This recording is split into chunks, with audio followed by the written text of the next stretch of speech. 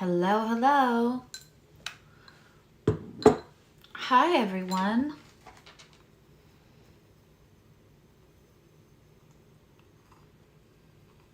Good morning or afternoon, depending on where you're from.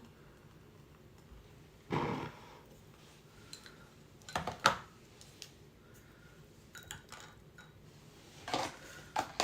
hope you're all having a good day. So, let's get into it. We had 5 weeks in November, so I'm kind of revamping both my branding, and there'll be like new intros, and so I wasn't live Wednesday, but this Wednesday there'll be a premiere, which means I will pre-record it also so I can concentrate on the messages, but then I will be live in the chat to talk with you all, and I'll be far more accessible because I won't be trying to concentrate on messages and you at the same time.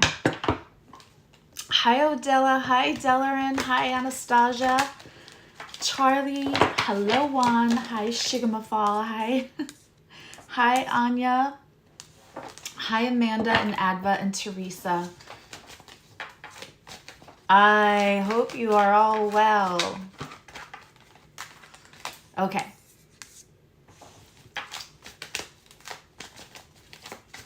So we are starting, I think other than that, this week will be the week. We just got a whole bunch of written in the stars, ornaments and whatnot. Last week was a concentration of other things. And next week will be concentration to get the holiday party, which will definitely be in January, going. Oh, good. I'm glad you're healing. There's a lot of funky strains of a lot of things going on. And I think even for people who didn't get, I mean, COVID is bad. It's hard to say like you didn't get COVID in a bad way, but like if you didn't get a strong case, or you weren't very symptomatic, or it didn't like kick you on your butt, if you still got it a couple of times, there are effects that happen in the body, and one of them is to weaken everybody's immune system. You know, I think people are getting flus and things a little bit more readily than normal. Good morning, Rose. So everybody be careful. I'm a big proponent of masking up when I leave the house, just because I don't need anybody's germs in my face, quite particularly. But just, you know, hand sanitizer. You feel like it slid timelines. Let me tell you something. So many weird things have happened with timelines. If anybody was there for the Gemini full moon, my phone froze for Tuesday, January 9th at like 9:41 at night, and it froze that way for hours and hours. My Apple iPhone. I mean, and hi, Doretha. Anya, message me if you need to.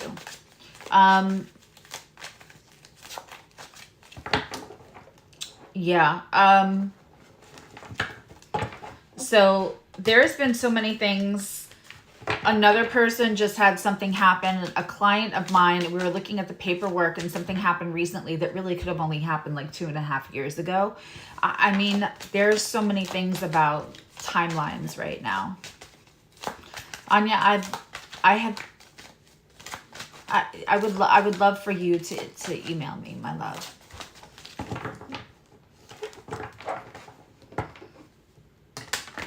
Okay. So I agree with the whole timeline shifting kind of thing. Yeah.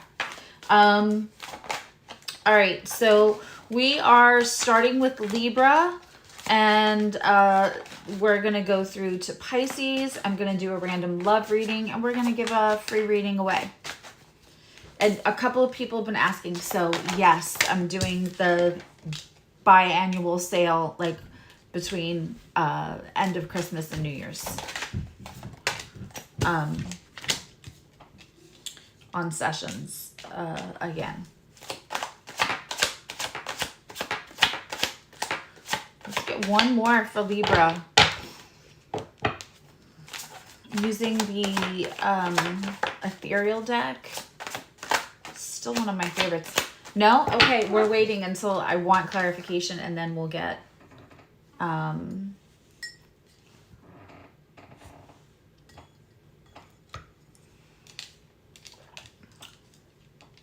lots of weird stuff, Delarin. Okay, interesting. So we got the 10 of Cups. This is for Libra, also 7th house. Also, if you're, and so it's Libra placements. If you feel called, hi Jacqueline, if you feel called, any of that, but also if you have Venus close to your ascendant, or even if you're a Taurus rising, this may resonate. Also, what I found doing readings this week, and because we are kind of all over the place and with timelines, and it feels like a lot of shifting and just maybe a little bit of chaos, sometimes looked at what houses Libra is ruling. And you can apply readings that way, because the other week is Sagittarius. Reading I felt like was almost mine, and I have 0.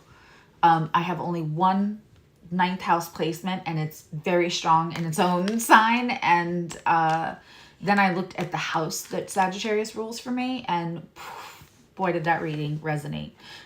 Okay, so for this, whatever house Venus rules, so that would be 2 houses.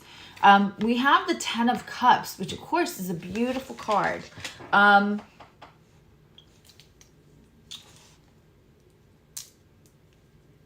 of Cups focuses on the officiality of the love, like the conjoining of 2 people, the blending of the 2 people. Hi, Dana.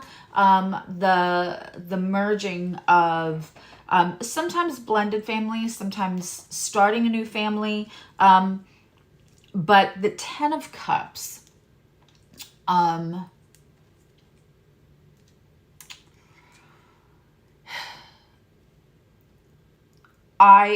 you all know that have been with me for a while, I love the 10 of Pentacles. I call that the happy ending card, because that's all the love and the stability and the tools to make all that love go for the long run. I still love the 10 of Cups. It's a great card, right? We have it here with the Well. This is unique to this deck. There's a well right here. She's not at all paying attention to where she's at. She is focused on possibly being someplace else. This reads to me very, very strongly like somebody who is having all the love. It's maybe finally official. Everything is going well, and waiting for the other shoe to drop.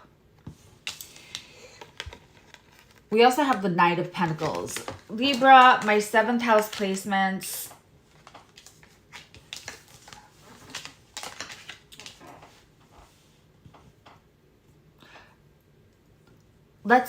Hi Samantha, let's talk about when we get together with somebody, or when we've been with somebody.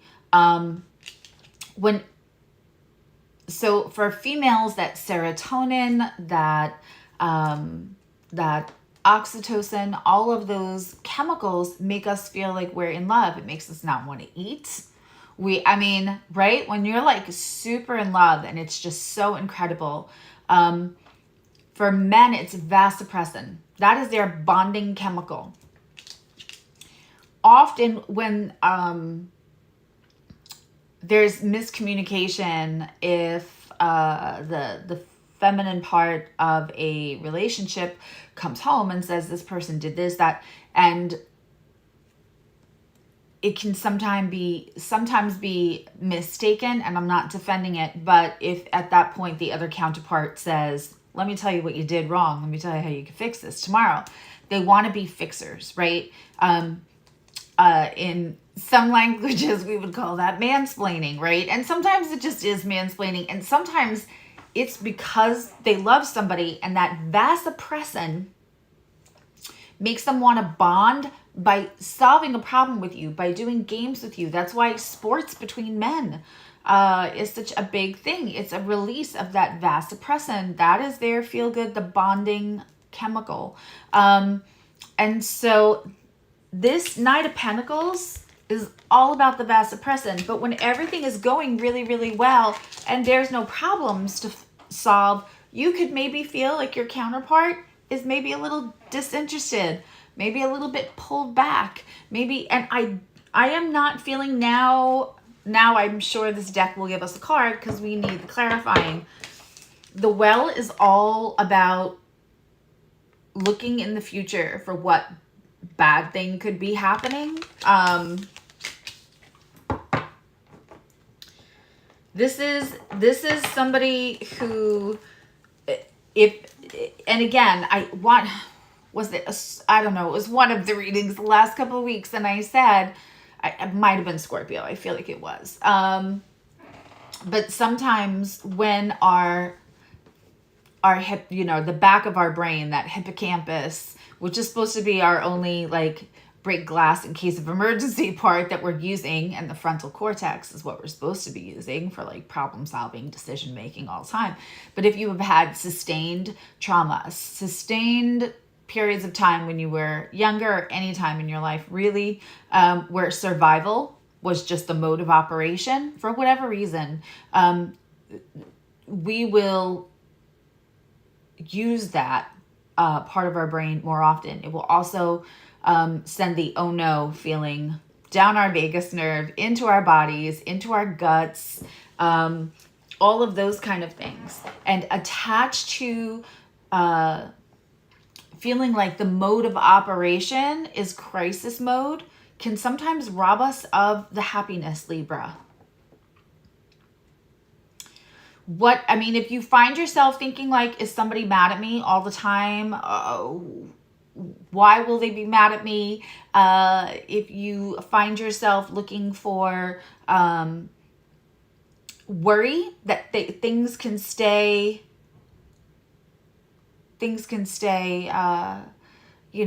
good. That we have a really beautiful, it's funny too, because I have Judgment here and the King of Cups. That Knight of Pentacles is steady. The Knight of Pentacles can sweep you off your feet and then get real steady and not be as romantic. And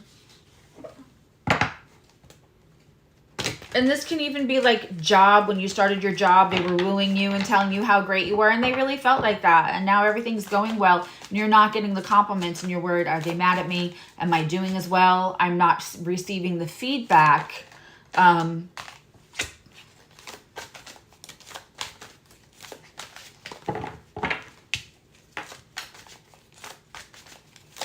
Yeah, but that long term can store some trauma as well. Okay,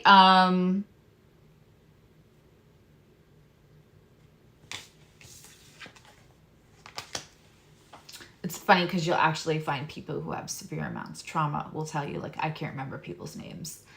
That it's a protective system built within them, that so they can't remember the other stuff. Everybody that I know that has stories that make you want to have a hard time remembering things if they're not ready to process yet. They'll just have a bad memory. Okay, I love this. The communication's going to get better between either you or your person. Everything's coming in. Normally, I don't get readings that are just this. This is just talking about you allowing what's happening now to be happy now. When we are anxious, it's living in our past, right? And when we are, or when we're depressed, sometimes it could be living in the past. Anxious is living in the future. And I mean, that's a very simple thing. You probably don't need a tarot card reader to tell you, but this is presently going on. This is presently going on. Everything is okay. I mean, I have the 10 of Cups. I have the Knight of Pentacles. The King of Cups showed themselves. We have the 9 of Pentacles, which is truly just one of my favorite cards. Literally picking the fruit of your labors.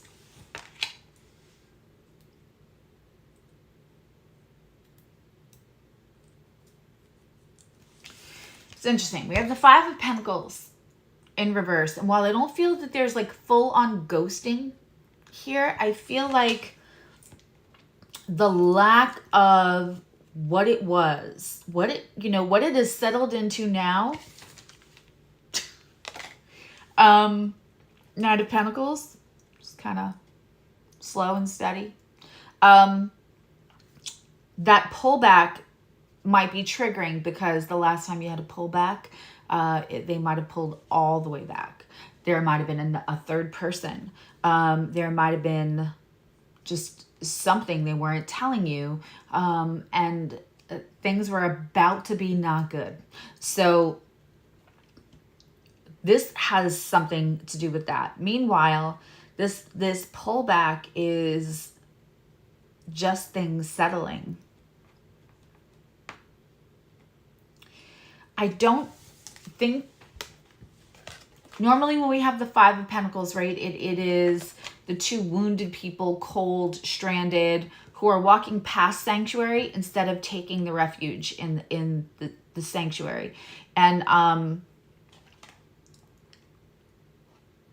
when it is upside down and with all the other cards and what I'm getting,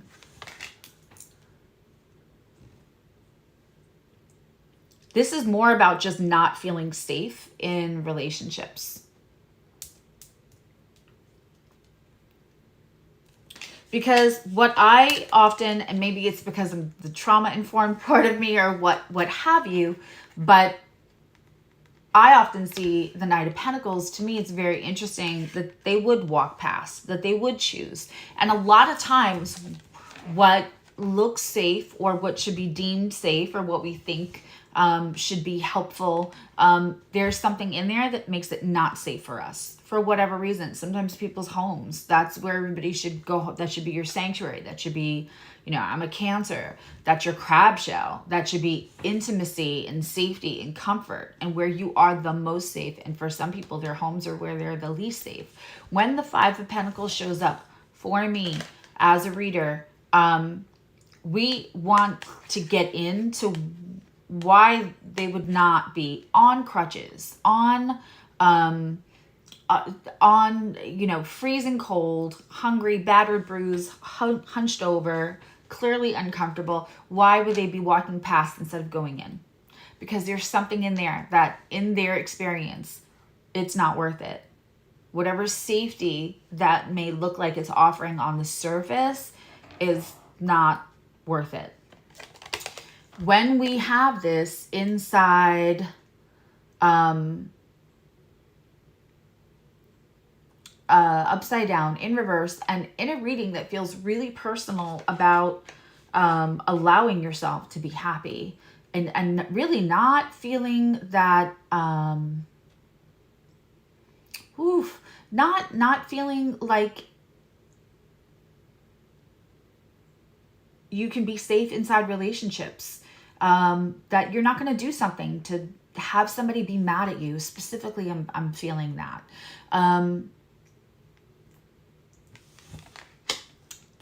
Then the reverse 5 of Pentacles is learning to feel like you don't have to choose.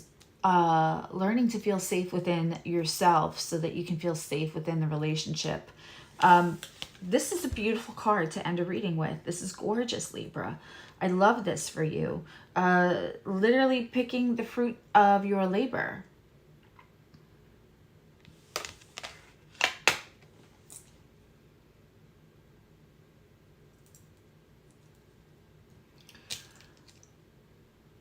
there's some stability to what you have.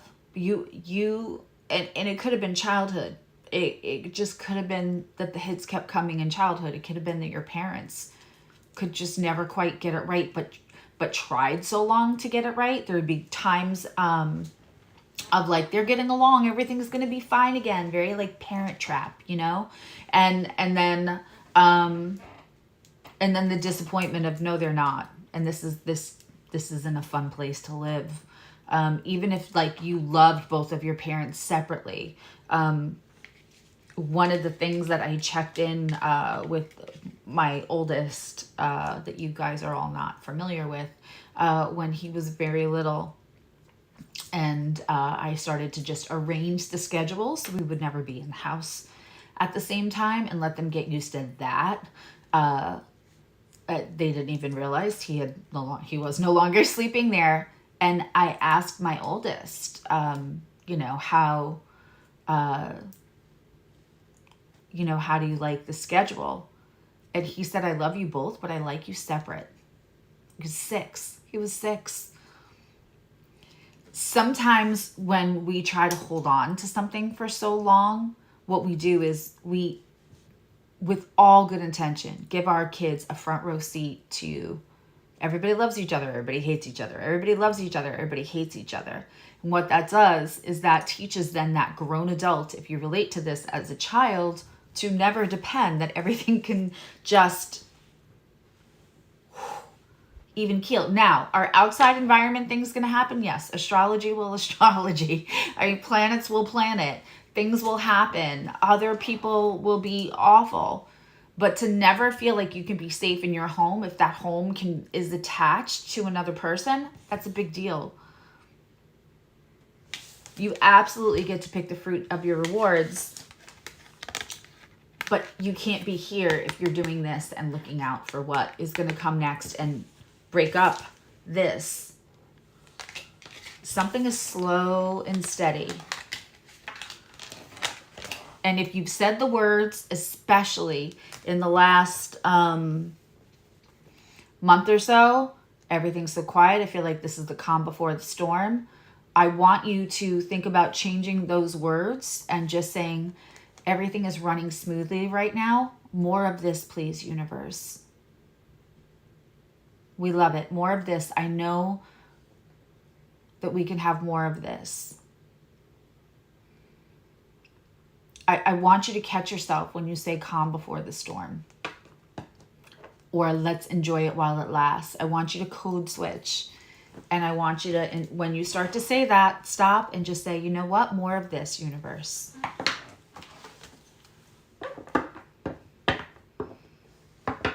It's funny, Libras often actually come from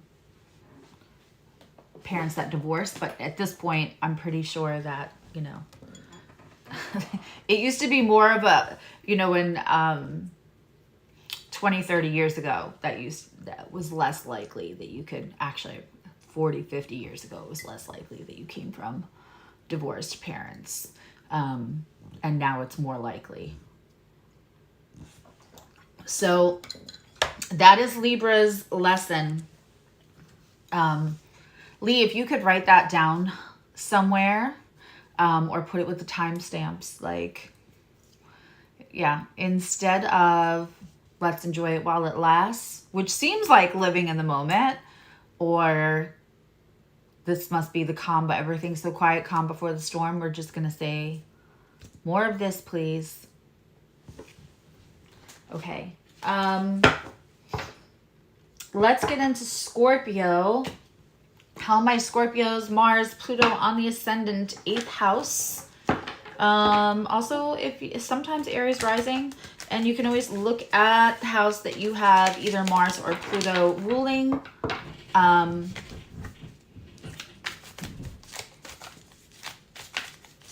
Which means whichever house starts with Aries, or wherever Aries falls on a cusp, that could be a house that is Martian ruled and could feel like it resonates with your Scorpio reading.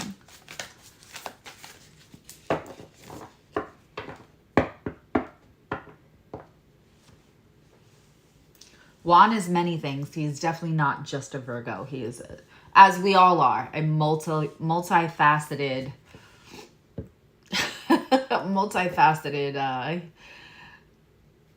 being. All right, so we're using Stranger Things for Scorpio because that always seems appropriate. Dana, I'm not sure what you posted or where.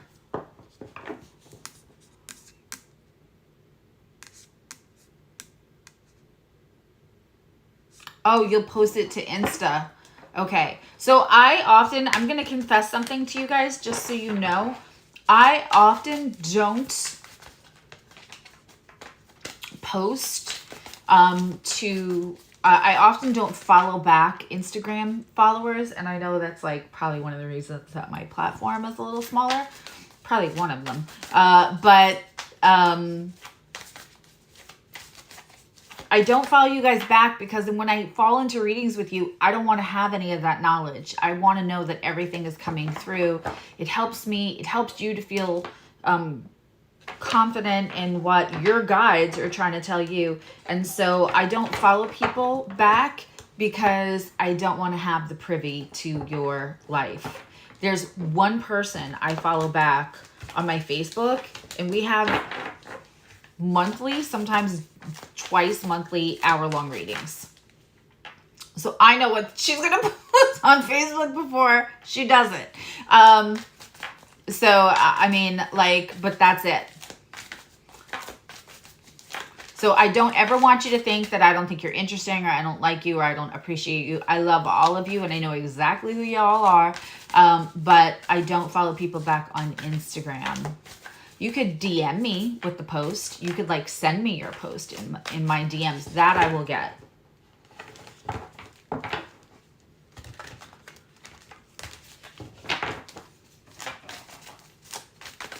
Okay, Scorpio.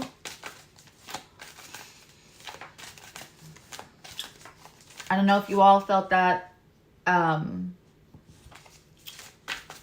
Mars, Uranus, Scorpio, Mars, Taurus, Uranus opposition last week.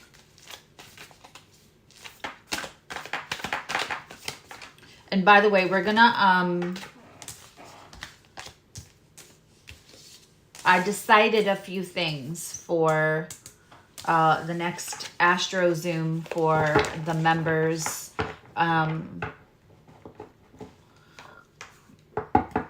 So we don't have to really I'm just going to take the top 3 things you guys want to look at in a month astrologically. And then we're just going to separate into groups and breakout rooms and do it that way. So whoever's more interested in the one can, because y'all 3, you guys picked straight down in thirds.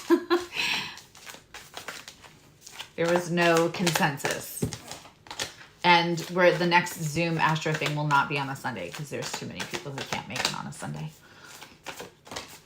That I can tell you. But the dates will go out soon. And the Christmas party information will come out soon. Which I'm pretty stoked for that. Okay. Scorpio. Oh my. Well, if this isn't a progression, if this isn't the transformational Scorpio showing up just full on, wow. Okay, we start with the Ten of Swords.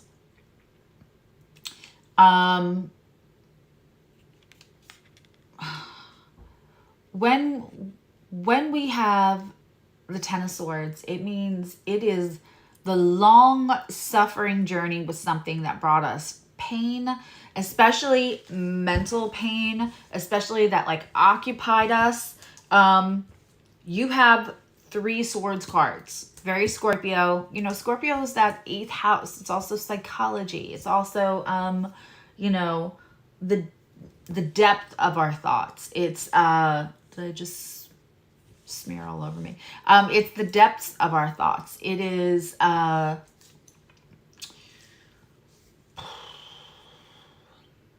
Scorpio, does not do things lightly. If a Scorpio is speaking with you lightly,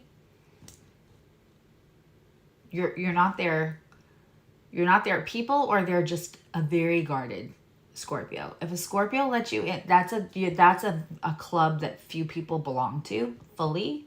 Fully let you in. It doesn't mean they're not awesome and they're not kind and they're not funny. Funny, they'll be with anyone. That's kind of,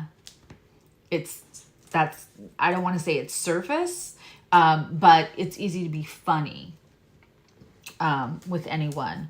But when Scorpio lets you in, that's a small club. Because they will torture themselves if they let in somebody that is harmful. This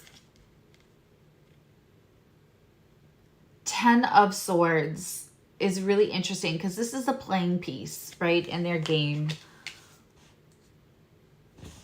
And it's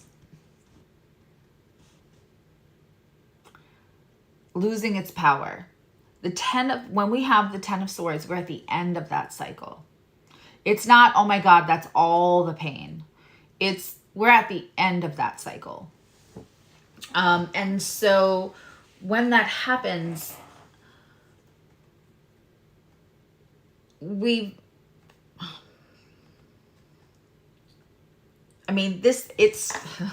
reading starts with the 10 and ends with the ace. It really is full circle. Something ends and something begins here. What's in the middle is the Devil card and the anti-anxiety card. This is the 8 of Swords, which is torturing ourselves with our own... actually, no, this is the 7. I read it upside down incorrectly. This is the 7 of Swords, which is the thief card, the dishonest card, the...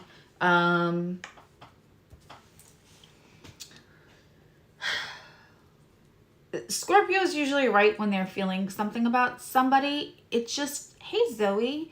It's just that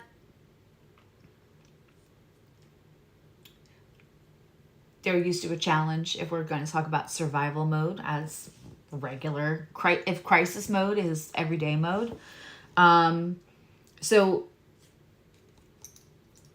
this 10 of Swords means they're done with somebody. You might, Scorpio, be having a hard time pulling completely away.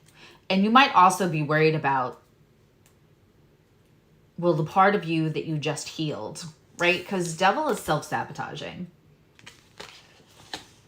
I don't normally think the Devil is another person. I usually think it's us. What is the thing what is our dark passenger that we end up hurting ourselves the most with? Sometimes we fight with our demons, sometimes we snuggle with them, right? That is certainly something with Pluto on my ascendant that I have really spent a lot of time. Hi, April, my love. I've certainly spent a lot of time trying to figure out what is my dark passenger. So one, I can forgive it and realize it exists, because denial doesn't usually help. And then figure out how I have redirects.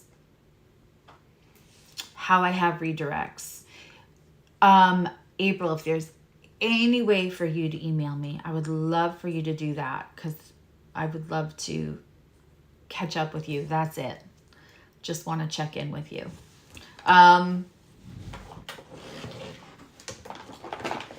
Need my Neutrogena.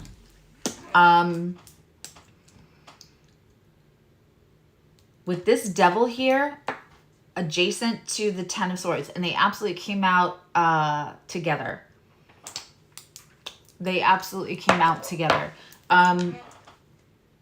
You're working hard, Scorpio, on ending a self-sabotaging cycle, on figuring out this dark passenger, right? Because the thing about a dark passenger is, and if you've ever seen Dexter, that's kind of what he calls the dark passenger, is that traumatized child, that dark passenger doesn't seem to like completely, we can't make our lived experience not our lived experience. What we can do is figure out how we're hurting ourselves, right? How we're in our own way.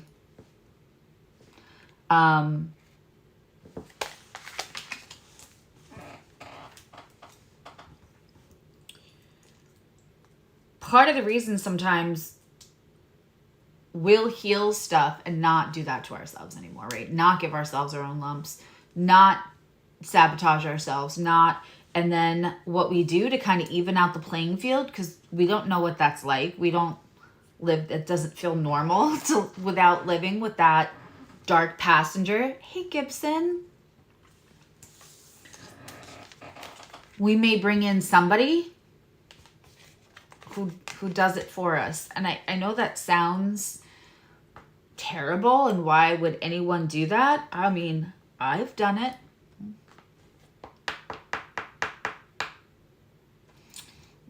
There are times in my life that I had to work on my self-value so badly that I had gotten to a good place. And I mean, critically needed to work on my self-value. Dark thoughts needed to work on my self-value. And I had naively thought that I fixed all that. And what I did is I brought in somebody who would remind me that I wasn't very valuable. Because that was my mode of operation. Mode of operations seems to be the theme for today's. So you may bring in this thief. You know, the Seven of Swords, we normally see somebody like stealing your stuff and running, right? And sometimes that could be you escaping a situation. It's not here. Listen. Some of the trauma that some people have experienced, and especially, I'm going to say people now between their 30s and 60s, you are not to talk about anything. We're all raised by the silent generation, or a product of the silent generation, or a cyclical continuing of the silent generation. And so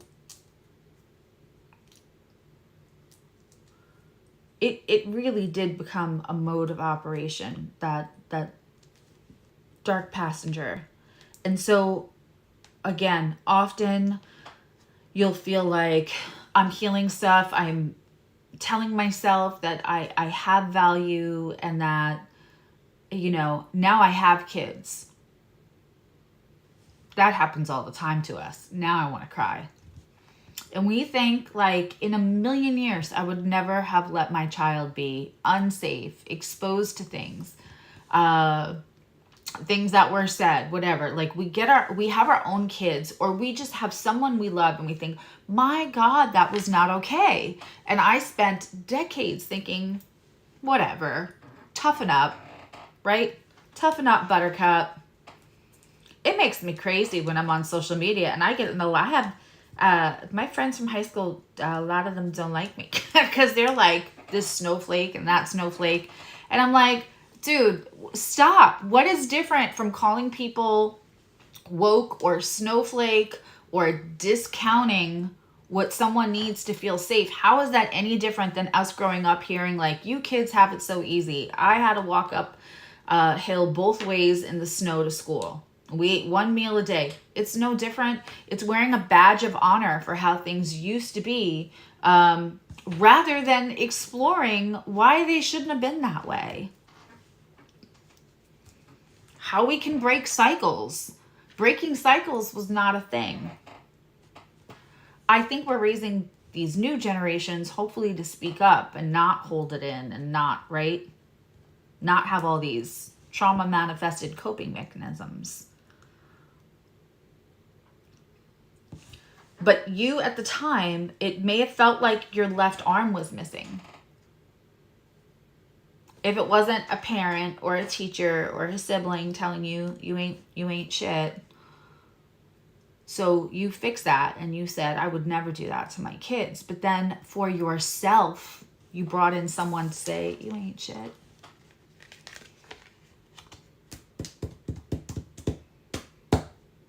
Good for you, Doretha. I'm with you.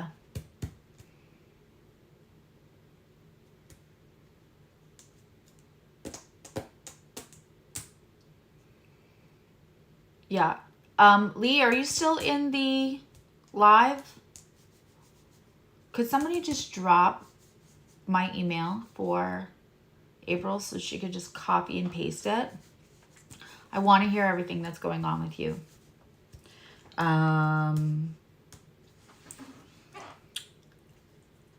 Okay, so what this ends with is this epiphany. The Ace of Swords is, we often see the Ace of Swords, we see a sword through a crown. That is the crown chakra. This is a claircognizant moment. There is an epiphany that happens here. Whether it's a code switching, which I'm so big on like mindset facilitation. I'm actually signed up for a course, another certification about how the brain works, especially in trauma, and how we can't just have, I mean, we can have words of affirmation. It's a multi-layered problem that ends up having multi-layered symptoms in a very complex function of a human being. And so there are little small things all of us can do that are free. And part of that is rephrasing, code switching. There's an epiphany here. There's a code switching. There's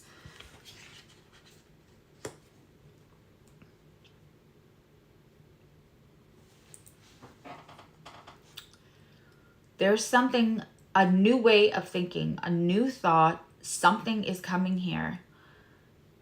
This 10 of Swords is long.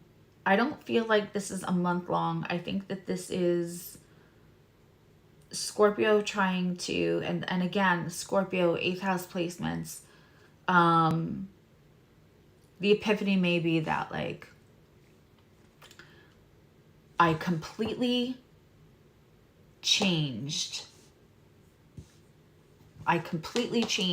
how I will ever function, especially for my kids. I will break the cycle. But for yourself, it's like hair of the dog. When they talk about like, if you have a hangover, have a Bloody Mary. I have never done that. I've never had a hangover though. But it's kind of like hair of the dog when you bring somebody in that will once in a while make sure you know you ain't shit.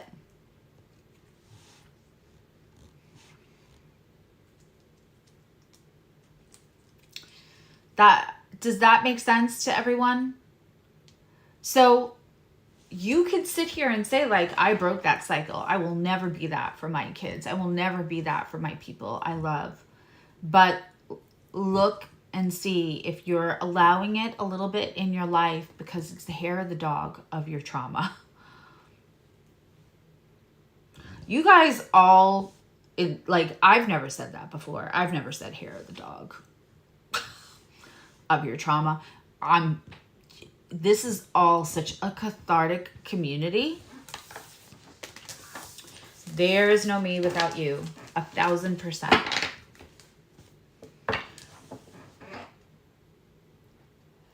That Ace of Swords ending your reading, Scorpio, is beautiful because you have to have the thought. You have to have the code switch. You have to have the epiphany for things to change. You are deeply intelligent. That's why they're so dark funny. Like, it takes intelligence to be. The smarter somebody is, the funnier they are. There are plenty of not very smart people who think they're hilarious, and there will be other people who think that they're hilarious. I mean, but that deep intelligence, that deep thought of Scorpio, your change, you may like walk through fire. You may be battered and bruised and wear your scars on the outside and play the bad guy in everybody's villain story, right? But your change, right? You acclimate, you have tempered yourself to the fire. The flames always kind of being kind of close. But the real change happens on the inside. It happens in here. This is where everything unlocks. The door opens from the inside. You know who you are. Okay. Let's move on to Capricorn, and I'm going to use what I feel is my most Capricornian cards for you.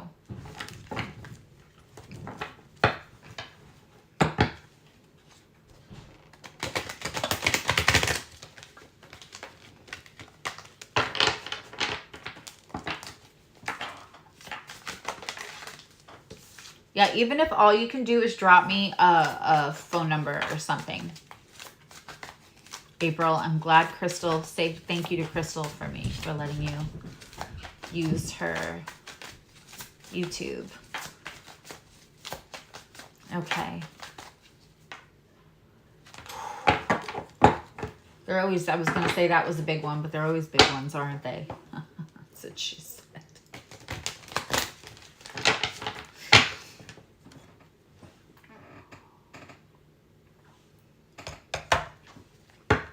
All right. Oh yeah, it's the humor is absolutely a cope. Dark humor, self-deprecating humor.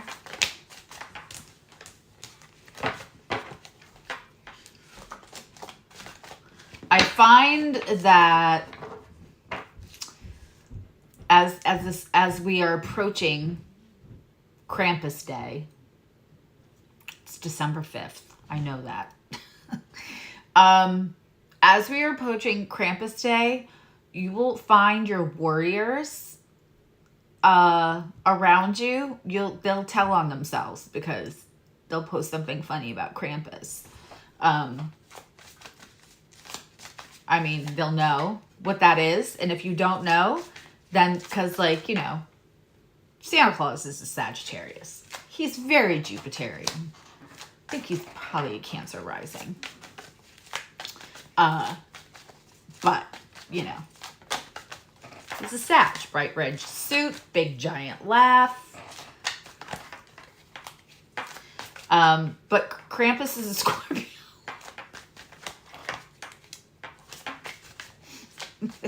Krampus is a Scorpio with a Gemini moon.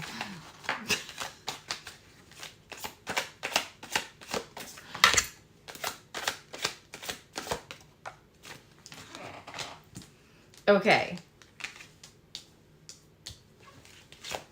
Scorpio, I mean, Capricorn, 10th house placement, Saturn on the ascendant, or near your ascendant, within, I'm going to say within 5-6 degrees of the ascendant. All right. Before I do this reading, I have to ask something about that first card, or else, I mean, yeah, could we do two different, like, because of course there's going to be more than one scenario because I'm not reading for one person. All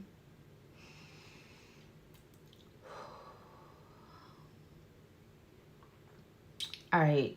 For the majority, is that first card, is that about Capricorn themselves, or no? That's about another person? Okay, this is not the first time. I don't know if you've been watching for a while. The Magician in reverse. Yeah. I don't have my glasses on. I'm making sure I'm not telling you it's the wrong card. The Magician in reverse is... We don't love it. Don't love it. But keeps popping up in Capricorn's readings. I want to say like a month ago, the Magician in reverse, it had to be the beginning of the month because I'm pretty sure we did an extended reading, or it was one of the choices for the extended reading for membership. By the way, if nothing else, The $2.99 a month gets you all the extended readings. So while it's kind of like 4, it's 12 because it's every extended reading for every song. I am feeling better. Thank you. I'm feeling better. I'm not 1,000% myself, but I'm feeling better. And moisturized skin makes everything look better. I just walk around looking like a glazed donut all the time. All right. Capricorn. Capricorn's a humanitarian. They're just doing it one person at a time. I know we see Aquarius as the humanitarian. People either want to slander the shit out of Aquarius, which we'll get to. Oh, we skipped Sag. I have to do Sag. I'm going to do Sag after this. This is definitely Capricorn's reading. We cannot skip Sag. Certainly not in Sag season. I was just talking about Sag. Love Sag. But make sure you make note of that, Emily, that I was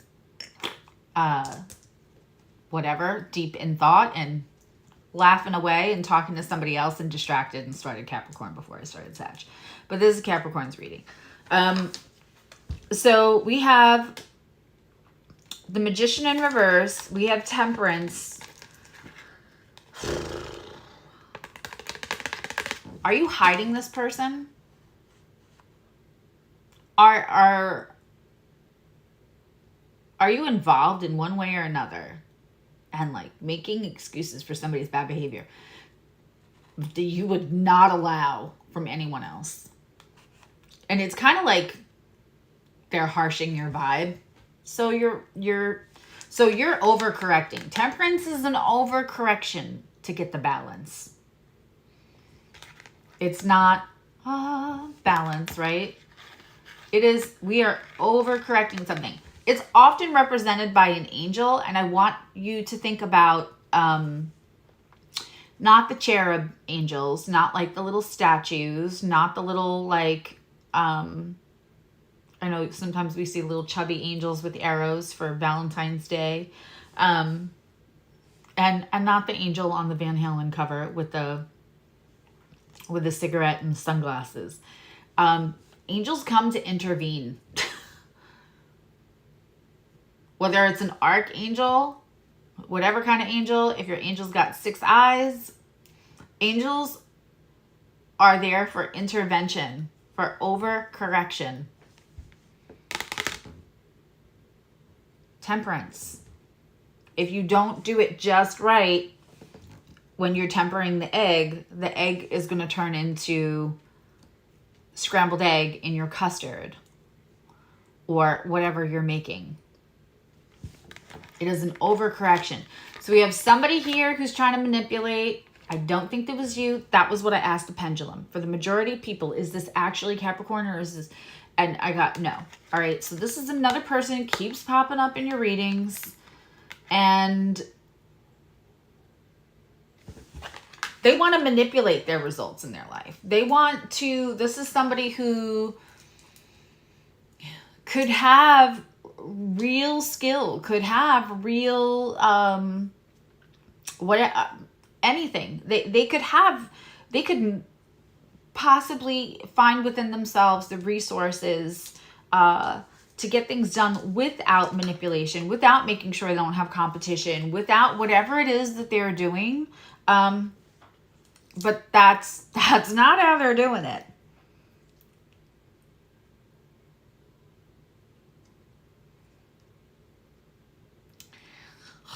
All right, I'm just going to say it. The Magician in reverse also can be somebody who, like, I personally won't do love spells. I don't do them. Can I do intention work? Sure. Will I do intention work? That is definitely a love spell? No. Because anything that's gained from manipulation... It's like if you blackmail somebody into being in a relationship with you. But you can find plenty of people to do them, right? And that's fine. For me, I would rather look at the reasons why either somebody needs space or universe is telling you no. How about no? This isn't happening. How about no? Something is not, timing is not there, something, right? So when we see the Magician in reverse, it can be somebody who possibly went to some kind of a practitioner to get something going that wasn't going on its own. Now, do I think that's fine if you want like money to get going if money hasn't, or health? Sure, because there's not another person, unless you're trying to like use that intention work to like steal it from another person or keep another person at bay with their own money. Yeah, email me, Anya, please. I'm sending you tons of love. But when we're talking about the free will of another person, not a big fan of that. Make this person do this, make that person do that. How to get somebody to do something. That's not that's complete. My Aries moon could never. My Pluto on the ascendant could never. Authenticity. All the way, right? And Capricorn's pretty like, this is who I am. Right back at you. Hi, Jupiter. Hi, Adva. So with Capricorn,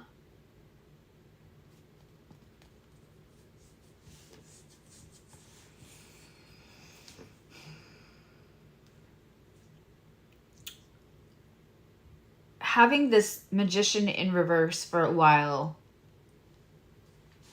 you could have somebody who is either manipulative. I just have a hard time thinking Capricorn doesn't know.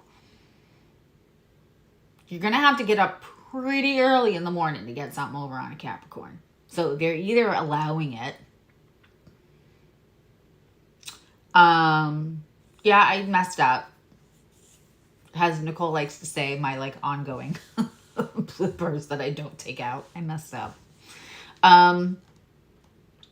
Yeah, you're, like I said, I think you're going to have to get up pretty early in the morning to take advantage of a Capricorn. So I feel like you're aware.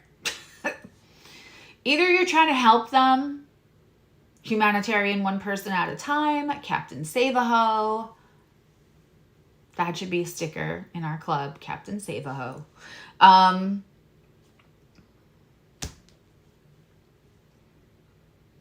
But you're also trying to overcorrect it, which makes me think that you're trying to hide it from other people. I know, I could just do these readings like somebody's trying to sneak something, manipulate you. They may have put a spell on you. You're trying to, you're embarrassed by that person or their behavior, but you love them. So you're hiding their behavior. You're trying to overcorrect their behavior, blah, blah, blah, blah. And Capricorn could be over. But I want to teach a man to fish. That is who I am. So I would rather make sure, A, we're connected, and 2, that you fully understand what's going on here. I feel like there's so many other questions. Maybe that's why I don't book 1,000 appointments after a reading, because I'm explaining, because I want people to have less questions. I don't want my readings to confuse you. I want them to help you. This is a free community space for a reason. It's not, everything is not supposed to like elicit people's hard-on dollars. Knight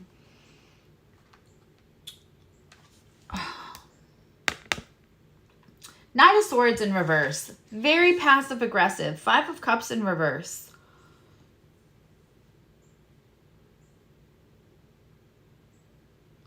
There's something here. You're not grieving. You turn the knob. You've turned the valve. And while I will die on the hill that Capricorn is creme brulee, they are a little crusty on the outside because they are protecting that warm, gooey inside.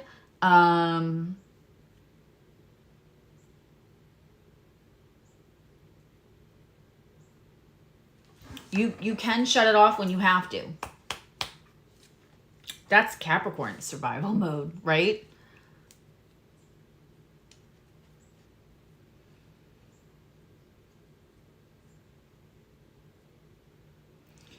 Swords passive aggressive in reverse. Don't love that.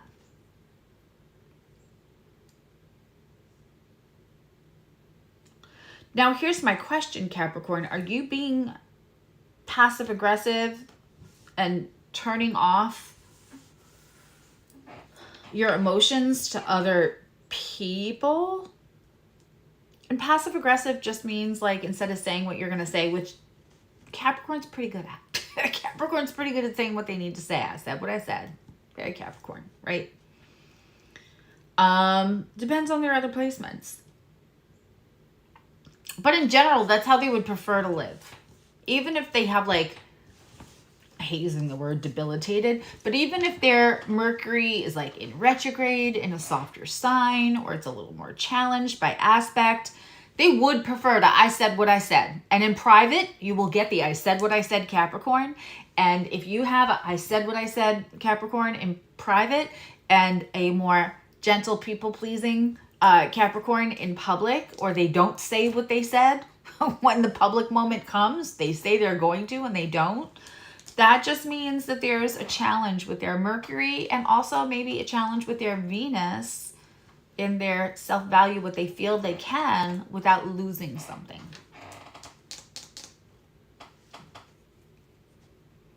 They like things to be what they are. You know, Saturn, it's supposed to stand the test of time.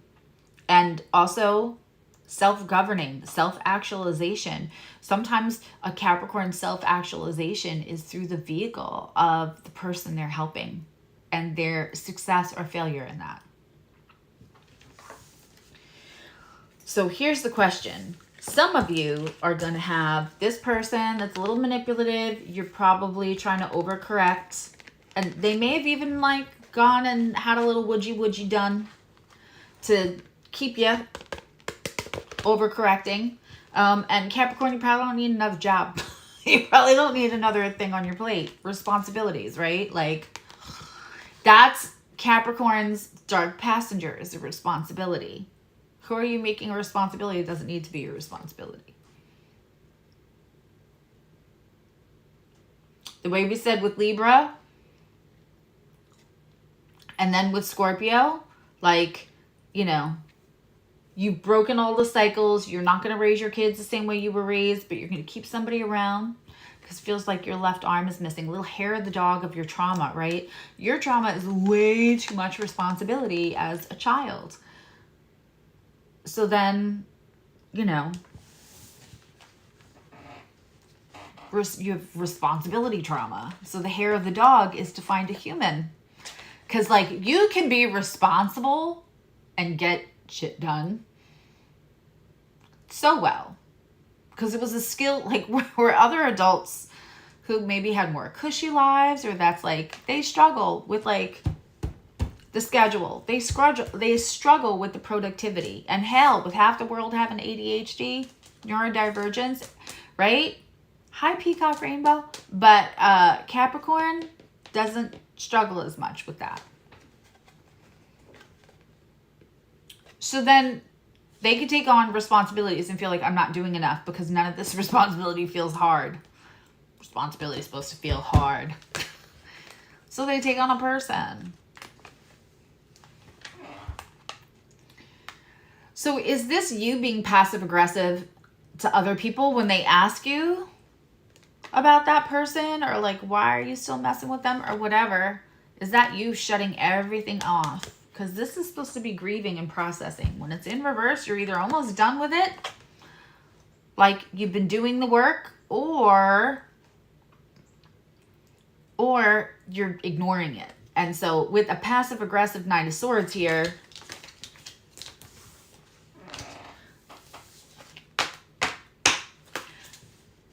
I think I said this in the beginning of November for Capricorn. It might have been the Capricorn, that might have been the earth signs.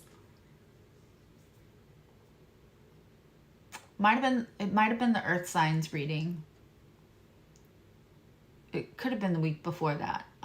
Or the month before that. But I'm pretty sure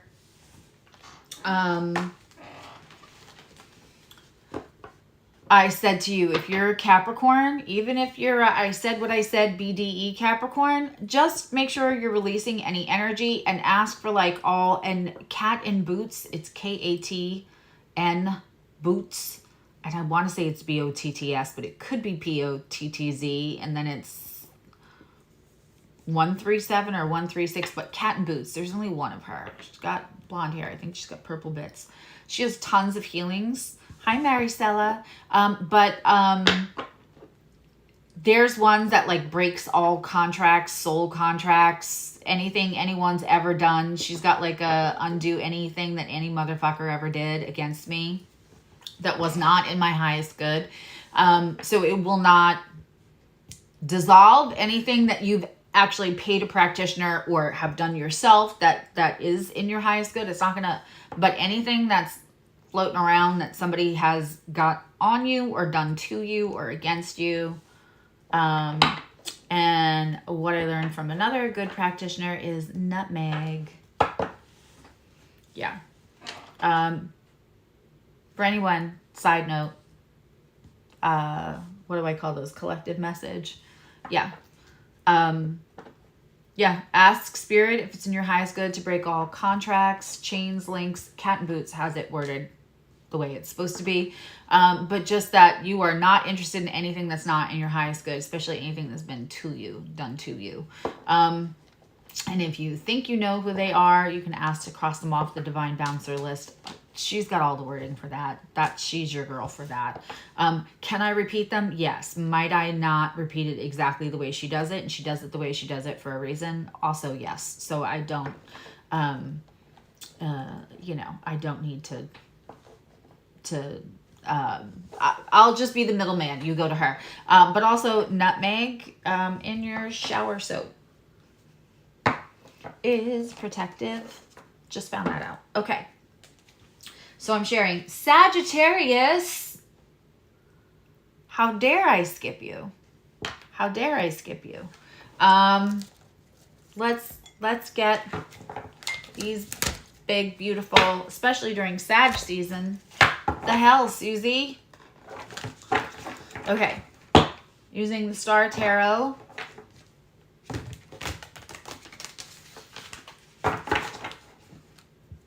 Yeah.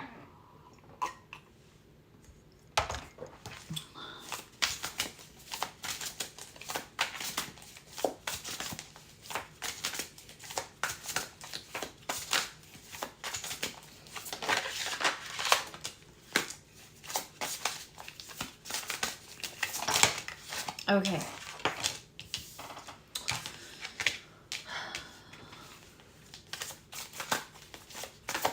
There's some strong energies in Sag right now. I mean, we've had moon, sun, Mars for a while. I'm trying to just decide whether I will do a full moon thing for Cancer, like for everyone. But that the new moon, which is on 26th, 27th, depending on where you live, the new moon in Sag will have, like I said that a couple months ago, that Mars is just sticking its pointy little nose in everybody's business for all these lunations the last couple of months. And it is not so much for the full moon in Cancer, which is at the end of the month, which will feel a little relief. But it doesn't surprise me that the Sag reading is full of we have 3 court cards. This is strong personalities. I got 2 very, very strong personalities, and one like wants to be a strong personality and does not feel like they can compete or that they are being heard or felt or whatever. Straight out the gate. We have a magnificent Queen of Wands, Queen of Fire, perfect for Sag. love her, but the moon is like, what? So it's like, even in chaos, that Sag energy, right?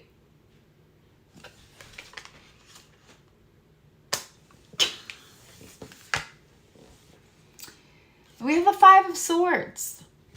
Now, I kind of like the Five of Swords.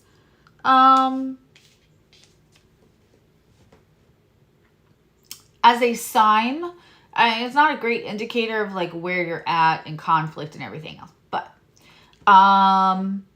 when the Five of Swords comes along, if like you're asking a question, like, will this be, like, you already have the tools that you need. You just have to accept that you have the tools that you need. You have everything you need to win.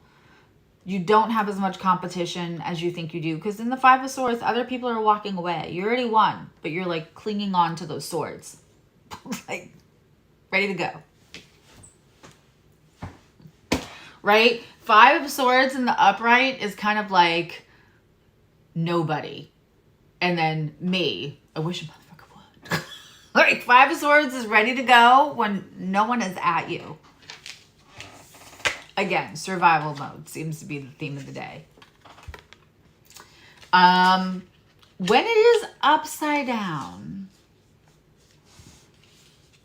again, this is kind of like Libra's reading a little bit, where it's like everything, Queen of Wands is like, even in chaos, I got this. And then we have this King of Swords. And what's funny is this came in between them. So are you the Queen of Wands? Is there a King of Swords in your energy? Or are you the King of Swords and there's a Queen of Wands in your energy? And you've just given up fighting for the holidays. Or what's interesting is we also have a Knight of Cups and he's in reverse.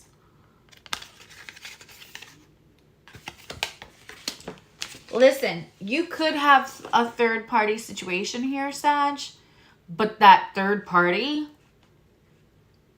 could think the person you're with, right, is not your match. They could feel like the person, this person over here, Knight of Cups. You know, because the thing is, Sag is bubbly and fun and doesn't have like, it's led by Jupiter. It's expansive. Wants everyone to win.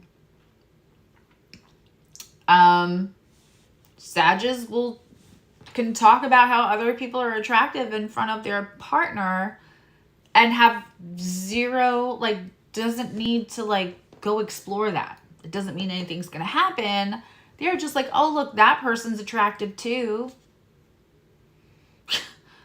Right? Kind of hard sometimes to make a Sag jealous. Depends on the Sag, depends on their other, you know, depends on what their Sag placements are for. But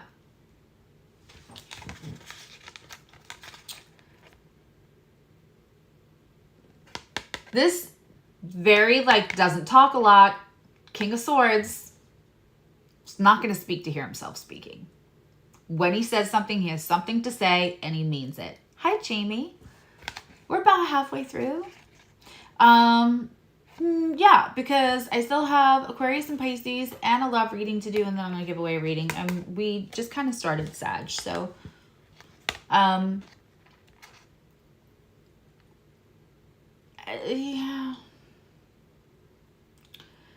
This could look like a mismatched couple to other people, but this could be a very divine balance. This could be you ever meet a couple where one is so funny and such a big personality and you haven't met the spouse yet? Maybe you work with this person. Maybe they're going to be like your friend's new partner that they picked that they're so crazy about, and you meet the other person and it's like crickets and you're like, how?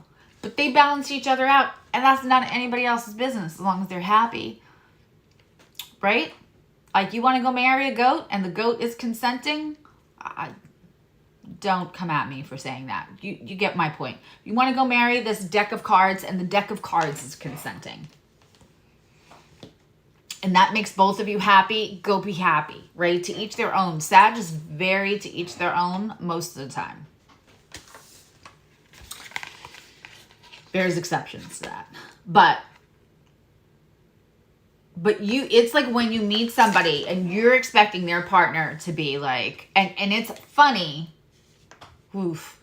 It's funny because if you are bigger than life, if you are hilarious, if you are successful, if you are not shy, if you have a lot of Jupiterian energy and somebody's like, you know who will be perfect for you? This person.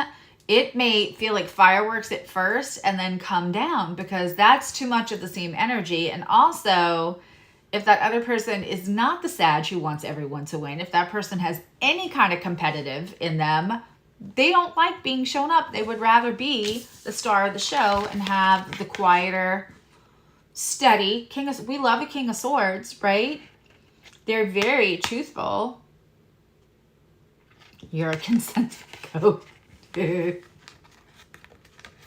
Is for goat.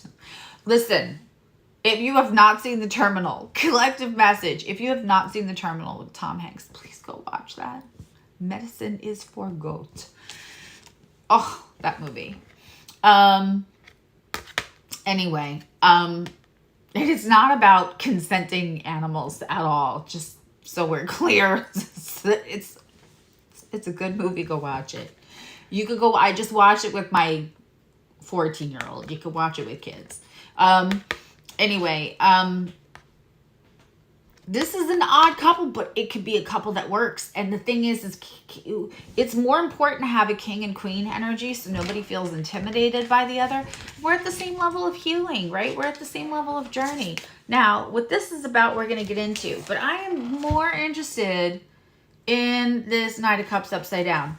This could be somebody that talks to you. The Knight of Cups. The Knight of Cups love a Queen of Wands. Knight of Cups loves the Queen of Wands. Loves that fiery. Isn't she something? Look at her glow. The world's in chaos. Look at that moon. It's like, what the fuck? Right? She is just glorious in all of it. Knight of Cups loves it. Moth to the flame. So when this Knight of Cups is in reverse and you've got a king nearby, he may think that king does not pay you enough attention. He may think whatever it is, they feel unseen, unheard. This could be somebody that you didn't really consider it flirting. You considered it being nice. They considered it flirting.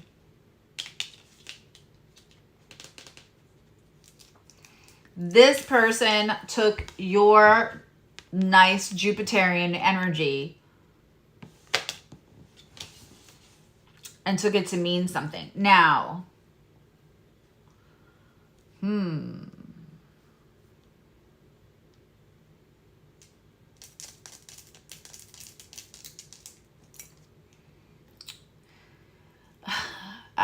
you know, your partner probably does not pay a lot of attention to anything petty, gossipy, beneath them.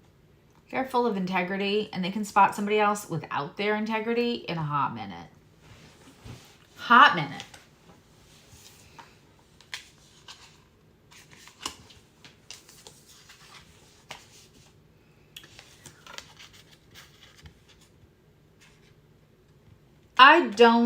I think either you or your partner sees this third person as harmless.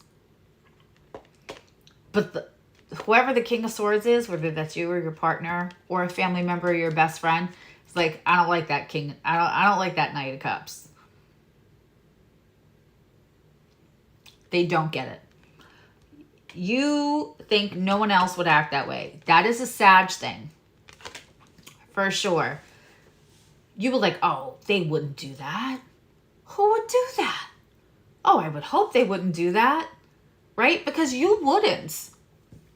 And you want to see the best in everyone, right? So, but the King of Swords is like, not while I'm asleep, let alone while I'm awake, is something getting past me. And that sometimes is why this is a great couple. This is Aquarius and Sag, you know, like they're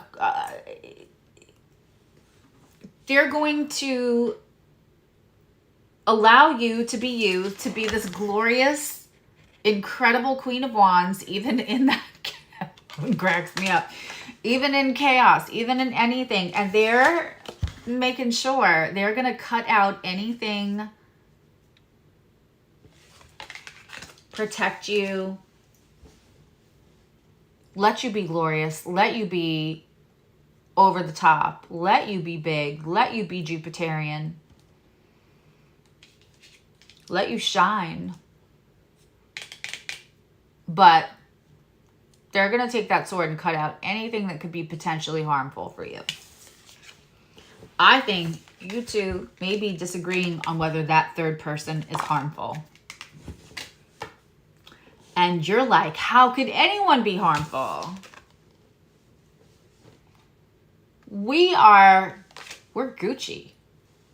We like the same foods. We like the same, you know, I love to talk. You love to listen. When you do speak, it expands my philosophy and all the things that my belief systems, and we can have this is existential conversation. This is 3 o'clock in the morning on your kitchen counter, having incredible this is not, that is why the Queen of Wands, that is why Sag energy in general, they don't want to talk about the weather. That's a waste of their time. They got a lot of life to live. YOLO, right? That King of Swords, oh, yes, please. Thank you. Yum. So one of you is thinking, how could anyone be harmful to this?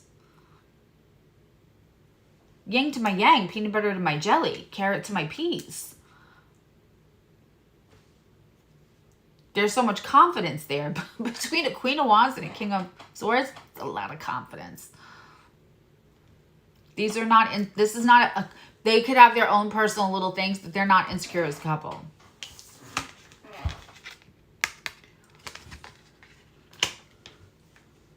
I think you disagree about whether the swords have to get put down and can be walked away from or not.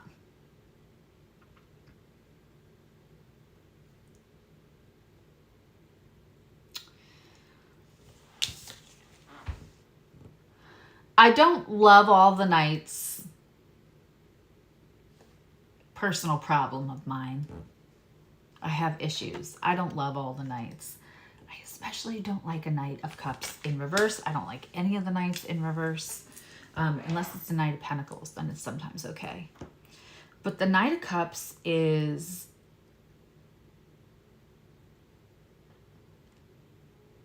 they can be annoyed that the flirtation, the love bombing, whatever it was, didn't get them where they thought it would get them.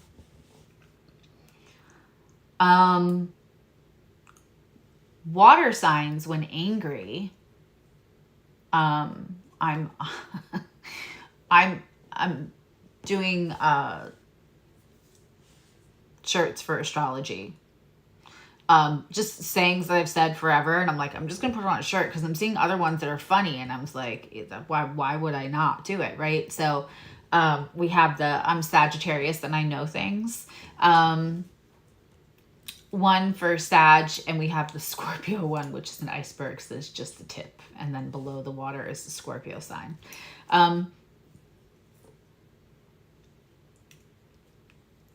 I keep saying, because there was a whole conversation that I won't get into in one of our Zoom parties for the membership, about like darker sayings. And I was saying that Pisces, water sign here. And this could be any of the water signs, but it's just water sign energy. It could also be somebody that presents as a different sun sign and all you know is their birthday. But there's something, they have some deep water energy that, you know, Pisces could be like a mermaid with cotton candy. Like, you're either getting my mermaid cotton candy love, or you could swim with the fishes. Your choice. If you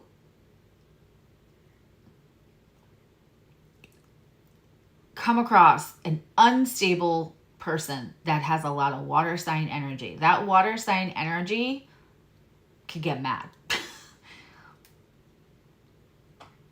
They get real mad. I mean, Cancers will love you to death, but literally they will love you to death. They think they're on like the top 3, like most deadly signs, crimes of passion.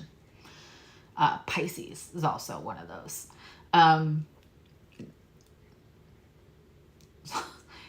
I mean, this Knight of Cups in reverse that doesn't feel seen or heard had a whole relationship with you in their head. If your partner is saying, I don't like this person, I don't think they're being truthful, I think that they will try to get in as close as they can to work as a wedge, I would like you to trust your person. And if this is you trying to tell your person, you're not wrong. This is your confirmation. You're not wrong. But of course, Sag knows things. Sag is often not wrong. I once joked, all the Capricorns are going to get mad at me. I make Cancer. I just told you Cancers like will love you to death, literally. So, you know.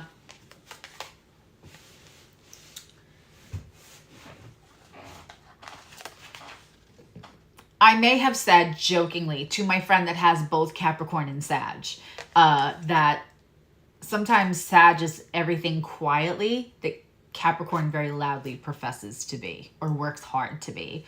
And it just comes to Sag, right?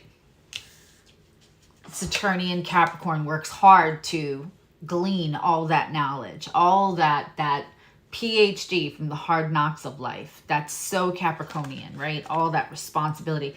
And Sag just kind of like, I'm just Sag and I know things. Hi, Shauna. Hi, beautiful. I wasn't sure if that was you that messaged me in TikTok because I'm having such, I mean, Billy Idol also messaged me on TikTok and he was like, hello, dear. I know she gave me a compliment on my page. You're kind of cute. How you doing? And I was like, Billy, you know. And then all of a sudden he was like, user 674. So I get a lot of scammers in my DMs and they filter out. So if that was you, I apologize that I didn't answer. But I was like, I don't know if that's somebody pretending to be Shauna. So listen, Sag, if it's you, you're not wrong. And of course you're not wrong. If it's your partner, listen to them. If it's your partner and they're trying to say, like, I know that you love everyone and I know that you think no one would do that. Who would do that? What's the point? Right? And they're telling you and you're like, oh, you're just being suspicious. You're just, you know, not everyone's the villain. No, about this situation, they're wrong. That Knight of Cups in reverse, I don't like them either. I'm siding with the King of Swords. 1000%. Okay. You know, if you match with somebody like that, let them, and I know you're Sag and you know everything, but if in case it's the fact that the partner's like, I don't like that person, and you're like, oh, they're sweet. You know, what are they going to do? They're trying. And they'll cause enough chaos and stress. Sometimes people, unfortunately, they cannot take the closed door that universe or a person is giving them. They're not all completely unintelligent. And sometimes intelligence, you know, that could be used for good or bad. And so sometimes people are smart enough, if they could just get you arguing about them, that's enough. That's enough to crack the foundation. And then they can snake their way in. So just be aware that if you have paired yourself with that, like, isn't as funny, isn't as animated, really only talks when they have something to say, is always like correcting everyone's facts and spelling. But they also have integrity. If they're like, I don't like that person, just listen to them. Listen to them. Just consider it. Especially if they love you, right? And that's like your chosen partner. Okay. We're on Aquarius. I'm doing all of like the cards that I feel fit. Like, you know, I did pretty cards. For Libra, we had the Stranger Things for Scorpio. We did the Steampunk for Capricorn and the Star for Sag. And now I am doing my favorite deck for Aquarius, the Modern Witches Tarot. Oh, okay, yeah.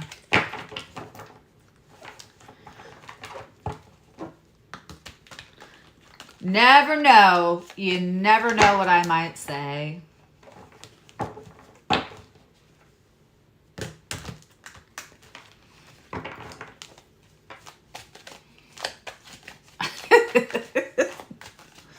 Ooh, there's an extra card. It's a Knight of Swords, so we're just going to take that and see, because what's weird is, okay, that's weird.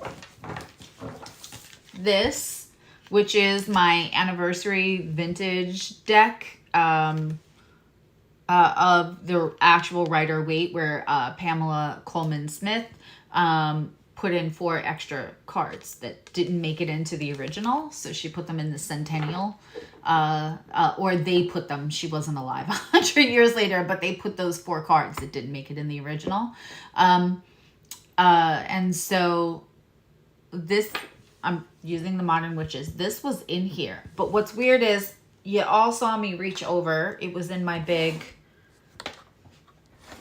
tarot shelving thing.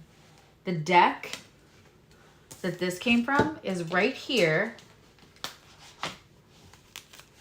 And it was under all of these. Like right next to me, nowhere near that deck. So we are just going to... Not that I couldn't have just been messy and it got misplaced, but I'm not ignoring that. So the Knight of Swords is a bonus card that I'm sure will explain something as we go. Aquarius, Uranus, or Jupiter. No, Uranus or Saturn near your ascendant. And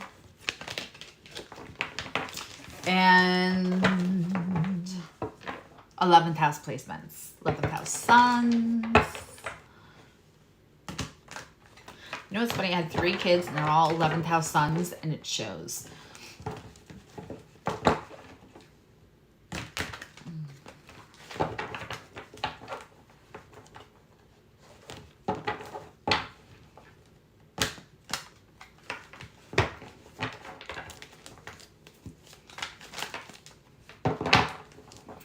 Don't tell me anything about Good Omen. My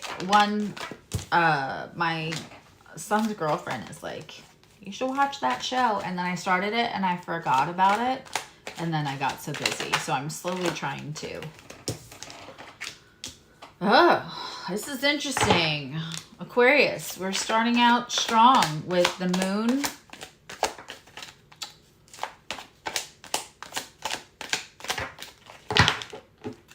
The moon and the 8 of Cups in reverse. What did you walk away from that you're considering? It's like when we get the, okay, Aquarius. When we get the moon card, especially this one, you know, instead of like a scorpion or a lobster or a crab in the water, we have what looks like a not fun entity to deal with. That is the full moon, or it definitely looks kind of like an eclipse. And the face is looking down, the eyes are closed. We are doing some kind of ritual. Again, the truth is like,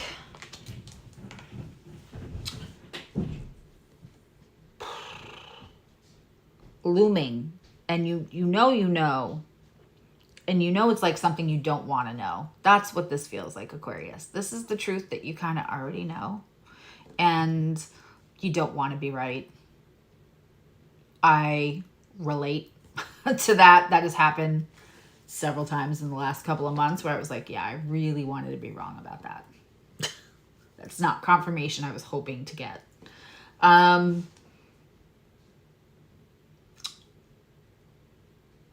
This feels like, Aquarius, something you've been saying, like, something's going to come in and you're going to be like, I knew it. I've been saying that for months and I wasn't wrong. And you might have felt a little crazy about it, even though, like, you knew. What's interesting is that there's the Queen of Wands in reverse. Don't love the Queen of Wands in reverse. Queen of Wands in reverse can be an interloper. It can be somebody trying to interrupt stuff. Queen of Wands is often my sign, as it is for a lot of readers. I believe Gemma also uses this. But Queen of Wands can be like the third person.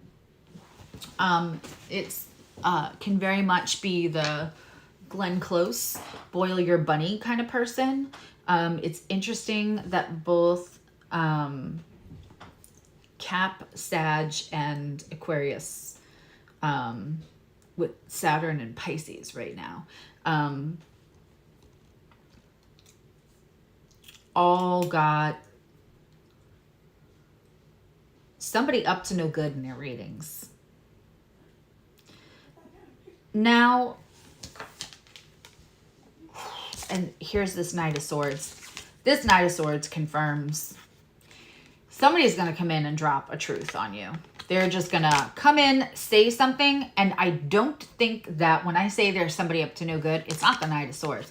The Knight of Swords is going to come in, have a conversation with you, and say something to you, not knowing that it's going to be a bomb in this case.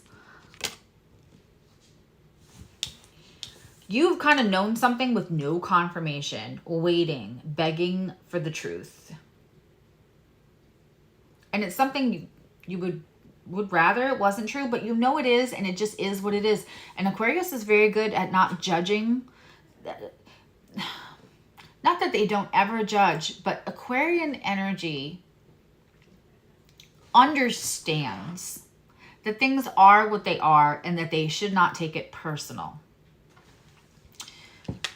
You just want to know so you know, right? Like, well, some people are like, la, la, la, la, I can't see that. I don't want to see that about my person. I don't want to see this about my job. I don't want to see this about my kid. Whatever it is. I don't want to see this about my finances. Aquarius does not roll that way. Aquarius understands what it is without judgment, really. This was upside down, which I love. This is absolutely self-torturing thoughts. I really feel like all of this is... We also have the Eight of Cups in reverse. You're either thinking about walking away from somebody or something that no longer serves you, or you already did. You could be questioning. Somebody is going to come in and say something, and I promise you it's going to be one of those conversations where it's like your person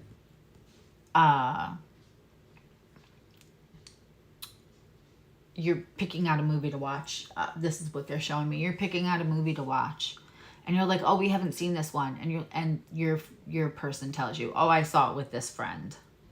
I already saw this movie. And, oh, who'd you see that with? Oh, I saw it with so-and-so.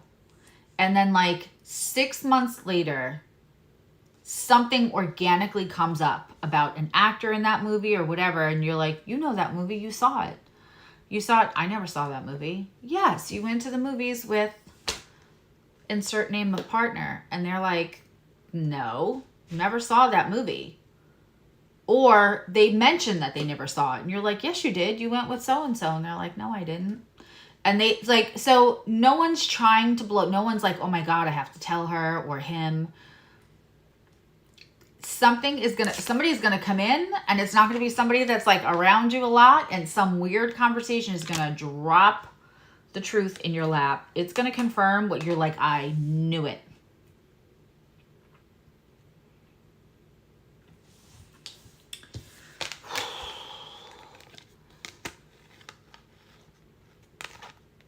I feel like you've had an anxiety about whether to do the walking away or not. You already have the understanding it no longer serves you.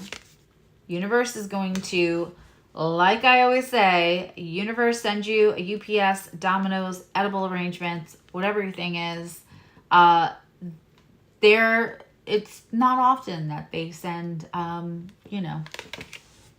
Why did I just see Andrew Dice Clay? I don't know. Maybe that's for somebody. Like, you know, they're not going to send an angel like Scrooge. They're not going to give you trauma and have a person appear in your bedroom at 11 o'clock at night. They take a messenger in a meat suit to come in and deliver you what you needed to know. Someone may not be being truthful.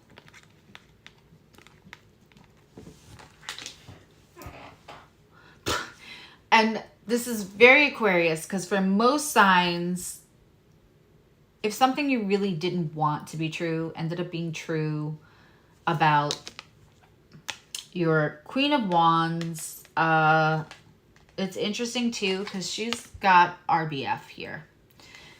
This is not, Queen of Wands is so powerful and so creative, and so they'll help you grow. They'll grow themselves.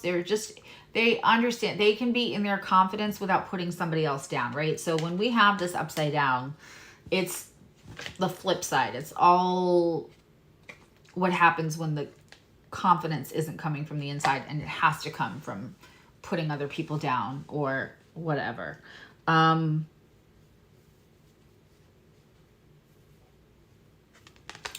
Only Aquarius could get confirmation that their person or their best friend, their kid, whoever, has been lying like they thought, and have that take them out of anxiety.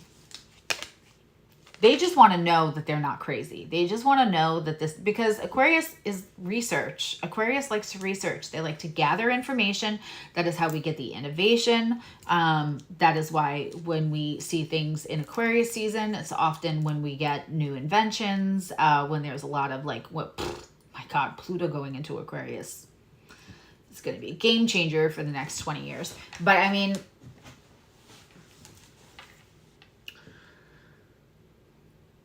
but they're researchers. They're information gatherers.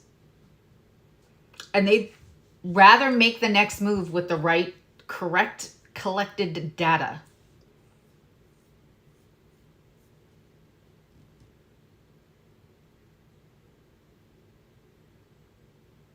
Because they're not about the bullshit, including self-imposed bullshit.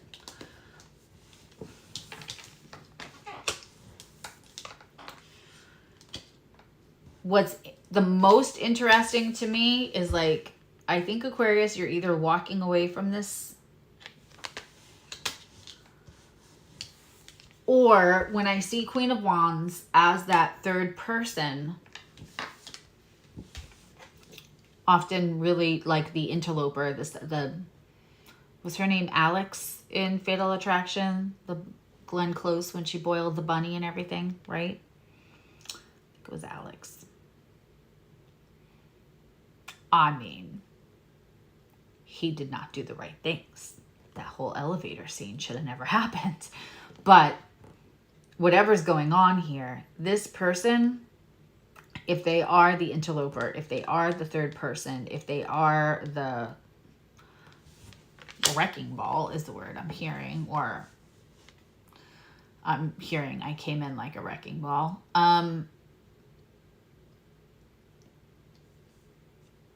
The truth is definitely about this person. If it takes you out of anxiety,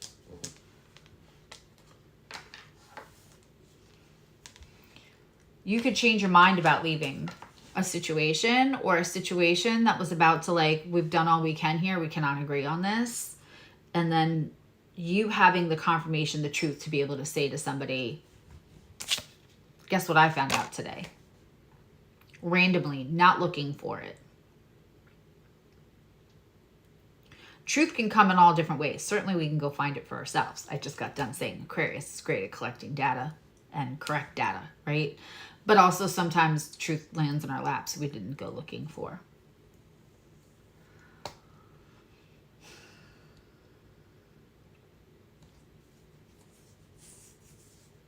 Aquarius, hold on, because, oof, I have chills.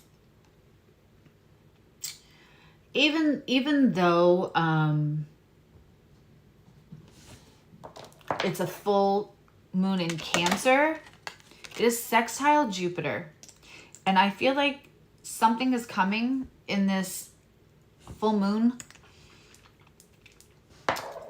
in Cancer in December, at the end of December, especially after, it's right after the holidays. I feel like something is coming for Sagittarius. It's either going to be confirming or like,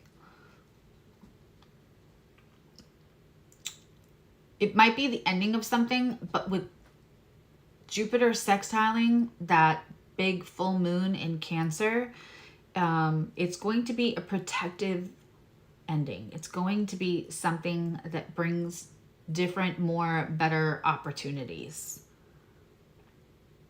I mean, it's sextiling Jupiter.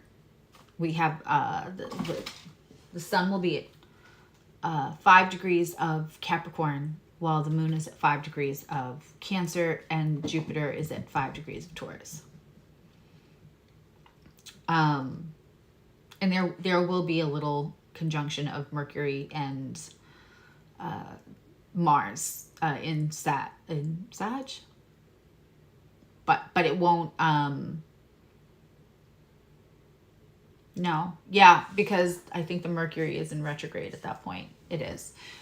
So Mercury will go back into Sag, and there'll be like this little conjunction. So that'll be happening on the side, but it won't affect that moon. And I feel like that you Jupiter ruled signs with that sextile and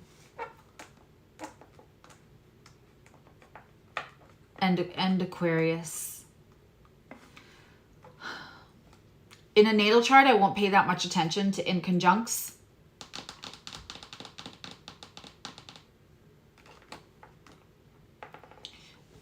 But in transit and in progressed, I do. It's usually movement. And I just feel like something's coming for Aquarius. And honestly, I feel like something's coming for Sag in that new moon. It'll be good. It'll be the ending that, like, better I don't have to end it. Like, however the ending comes, you already know, Aquarius. And so you'll be absolved of having to be the executioner. Like, the full moon's going to bring the ending that you didn't want to have to bring without all the pertinent information, and you'll have that by the end of December. Okay, let's do a Pisces. Okay.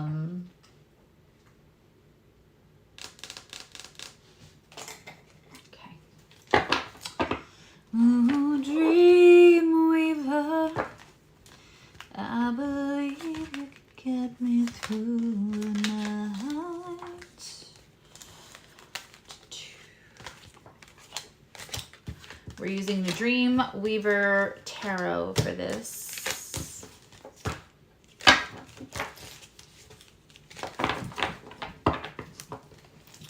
This is Pisces, Jupiter or Neptune near your, within 5 degrees of the ascendant, 12th house placements.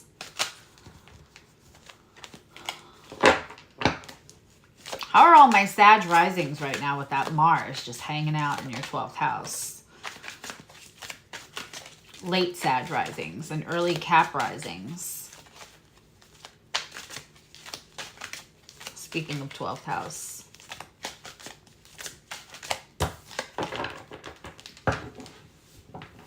And there'll be a loose trine. This full moon in Cancer really intrigues me. There'll be a loose trine to Saturn with that as well.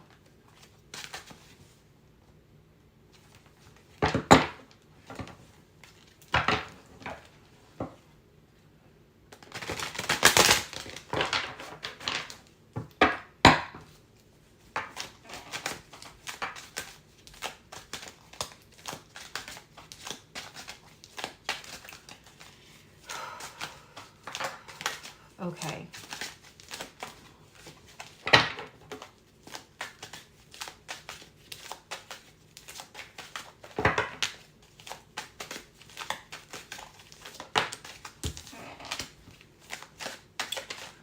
Ten of Swords. All right, why is everything coming in reverse? Pisces, Pisces, Pisces.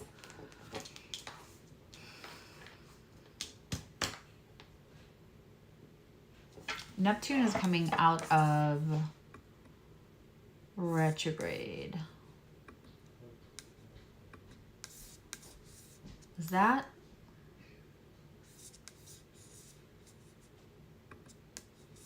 Is that today?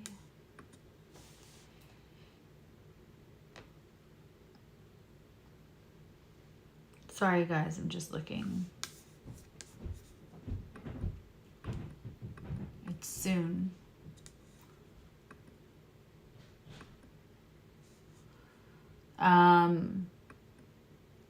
Late on December 5th, depending on where you live. Neptune is out of retrograde.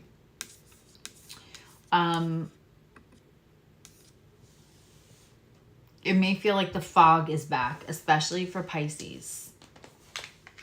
It may feel like, so Pisces, I'm going to tell you in the next 48 hours when you see this, Pisces placements, 12th house placements, and this feels, I feel it, feel it.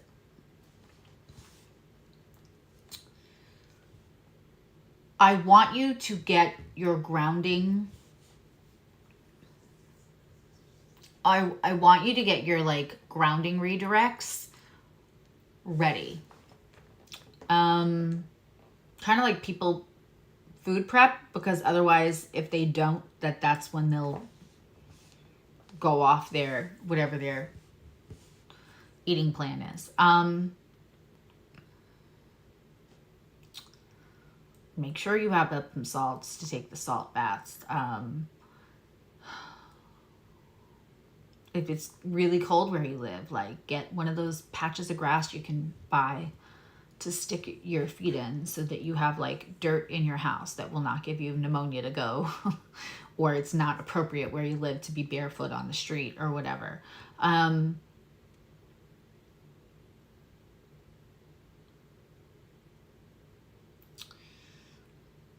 Get your tiger's eye out.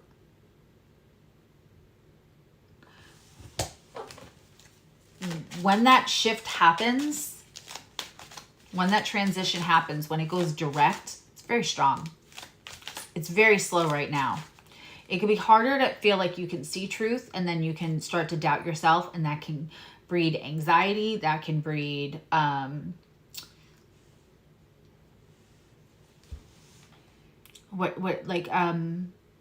sorry, Pisces, that second guessing or that hesitation. And I feel like something's going to happen in December where that you might be mad at yourself later for the hesitation. I don't see like physical harm or anything like that, but it might do some like light damage to your clarity, your ability to trust yourself. I have the Ten of Swords in reverse. You're so ready to put something down. For some reason, you're holding on to it. And the Star in reverse. This is the shift.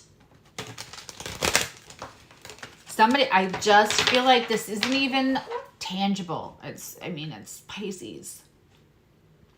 I feel like this is not a tangible Star in reverse. This isn't a tangible Ten of Swords in reverse. It is around fear and around, is it time to let this go? Is this really, am I being paranoid? It's a lot of regulation. It's a lot of dysregulation than trying to regulate. Dysregulation, self-regulating. And what I want you to do is get yourself ready. Like, find the meditations you love. Favorite them on your phone. Get those ready.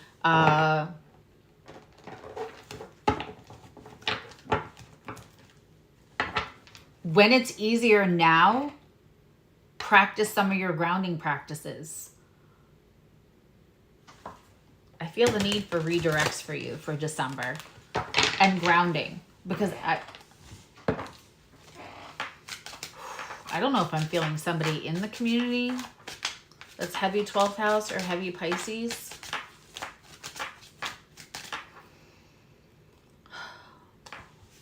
A lot of anxiety in here,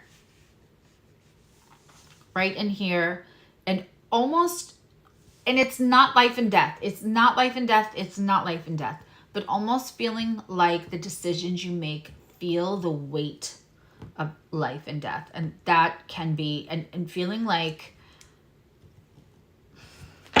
there's a heavy burden or a heavy responsibility on somebody. Again, once in a blue moon, I do one of these and I almost want to apologize to everyone because I feel like I'm giving somebody a personal reading.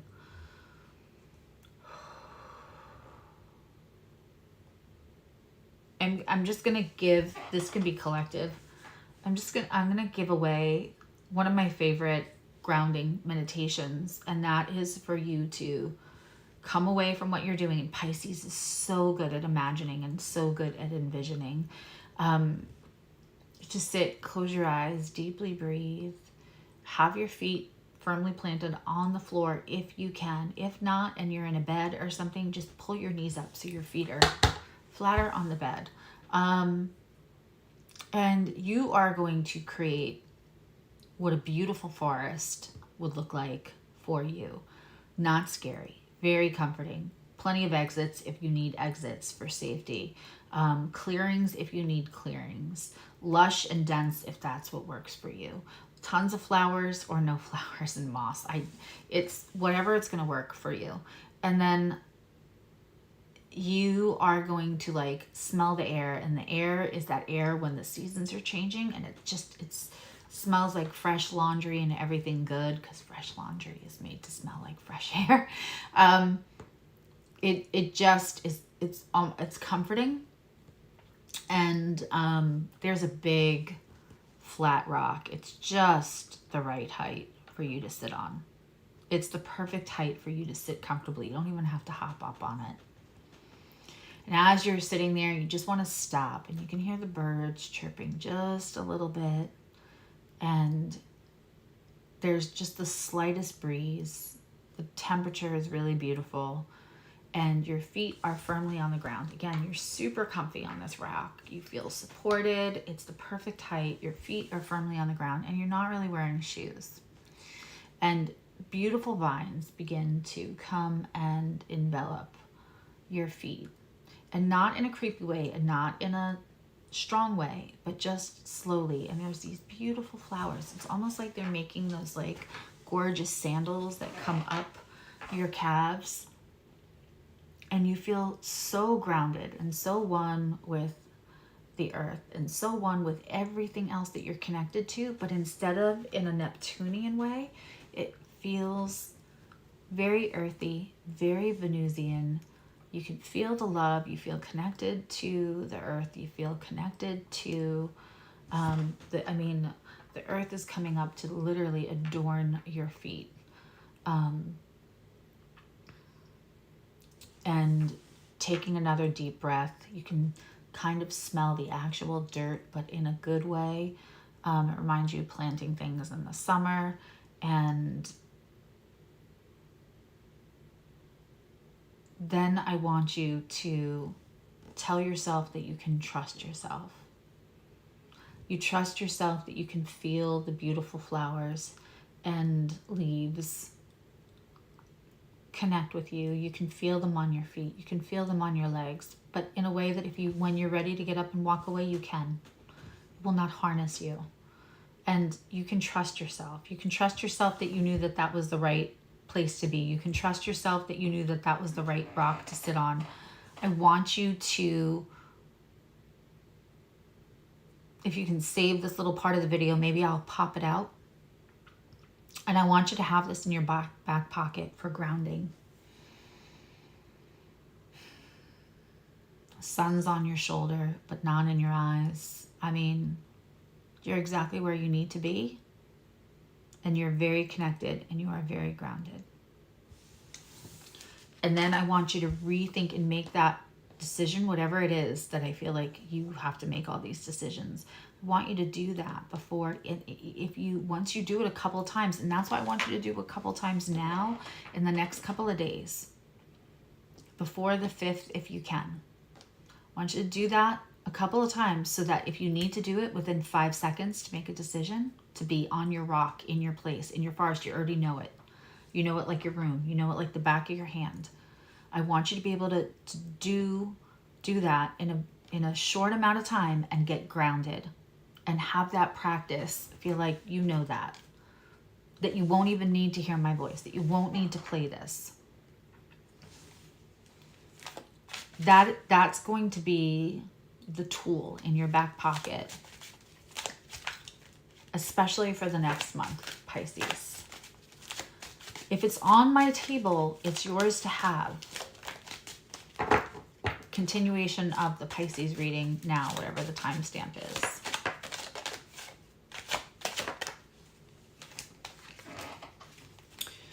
The Lovers in the upright.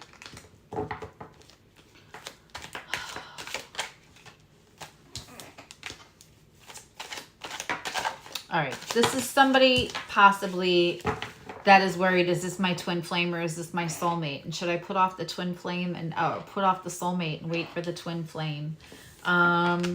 This person also that you're interested in, it's very interesting to you. They have like scars that you feel like you could run your fingers over and help heal. But you've been here before.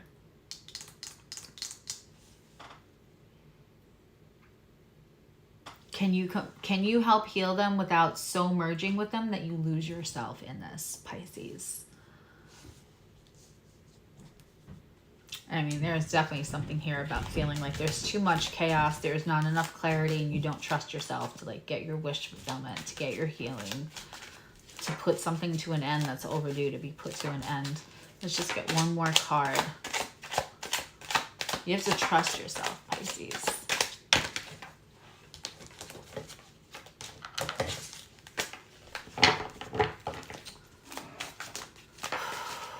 Oh, that was a big one. Okay. Knight of Pentacles. I just got done saying there's only one Knight in reverse that I'm like, I'm not mad at that. The Knight of Pentacles. Someone is getting unstuck. Some kind of speed is getting pulled up. We have the Six of Cups in reverse and the Lovers. And this is people being in their heads and not in their hearts. There's also a choice here. You feel like you have to make a choice between two people, and I think one is going to give you the confirmation that you may feel like you need because you don't have the clarity for yourself. One person feels like they have more clarity to offer you, or more definite, like, this is how I feel, you don't have to question it. And there's somebody else that's moving a little slower, and I kind of like them better for you.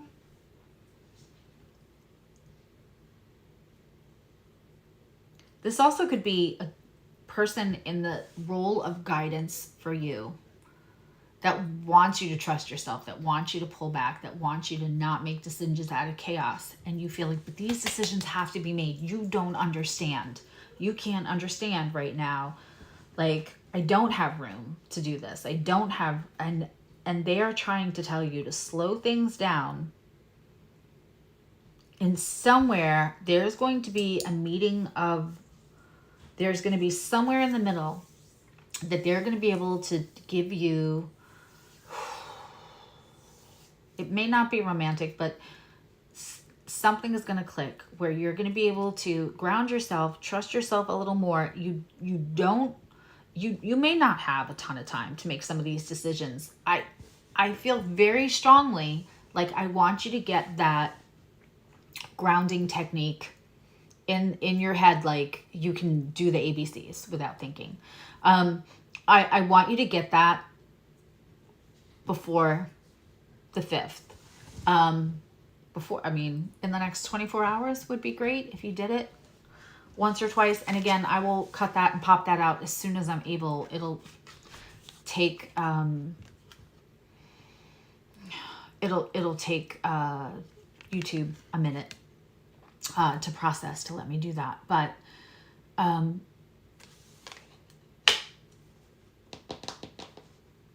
someone's gonna understand your expediency. Somebody is gonna come meet you in the middle. There's a little more movement on their side. There will be a happy medium. Let's turn these upside down. Whatever you feel like you can't escape the situation that's making you feel like, yeah, I would love to be done with this, but I can't. There's like a responsibility or something here. You're helping fix somebody again. And it might feel like it's keeping you from your own stuff. You might have felt like it put a roadblock there. And you might be suffering back and forth with like, am I even a good person if I walk away and don't take on this responsibility and don't take on this big healing job? Yes, you're still a good person.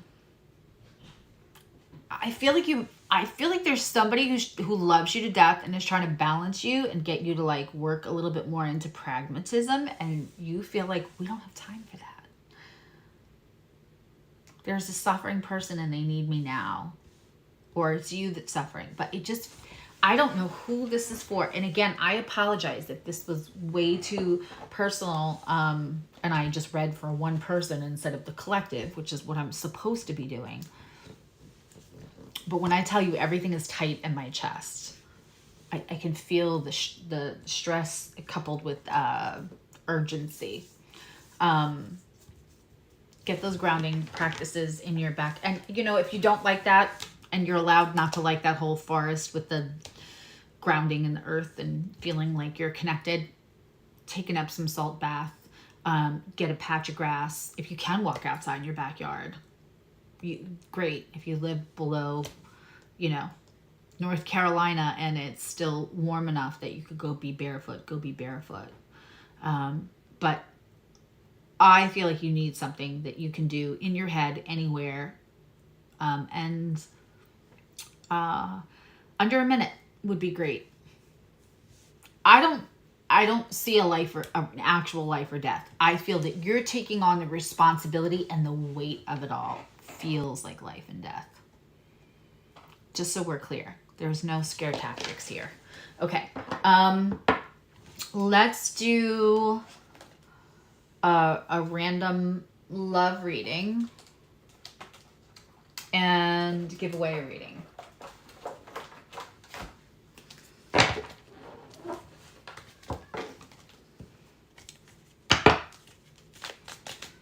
Let's do a random love reading. And while I'm shuffling for that, let's give away a reading now.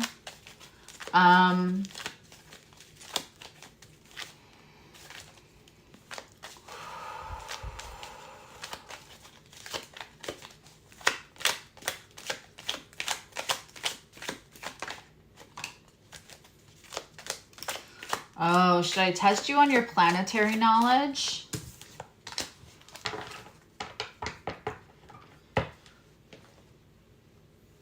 How old is one when they have a Uranus return? Like a full return. How old are you approximately? But yeah, how old are you? How many years does it take for Uranus to return to its original position the day of your birth? How old are you?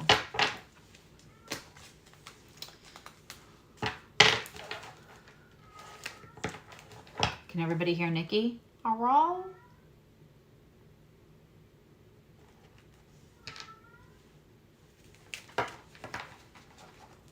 He's giving his Lionel Richie concert. Hello?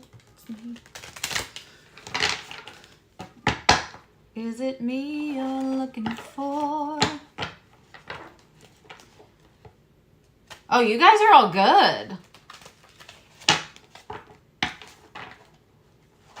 Nope, straight out the gate.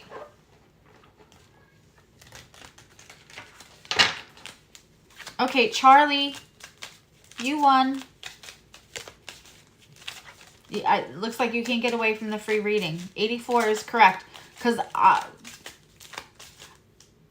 I know everybody sees it. Technically, Juan won. Juan has a free reading in the bag. So I know that he just, his Virgo went 84. Virgos have Tourette's for the correct answers.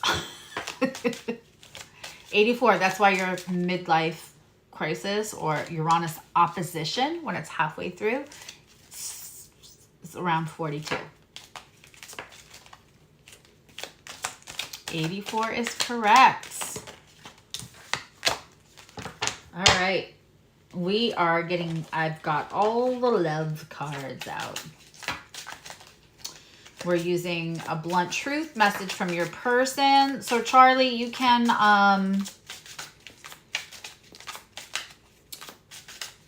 that did not take, that is the shortest contest I've ever done.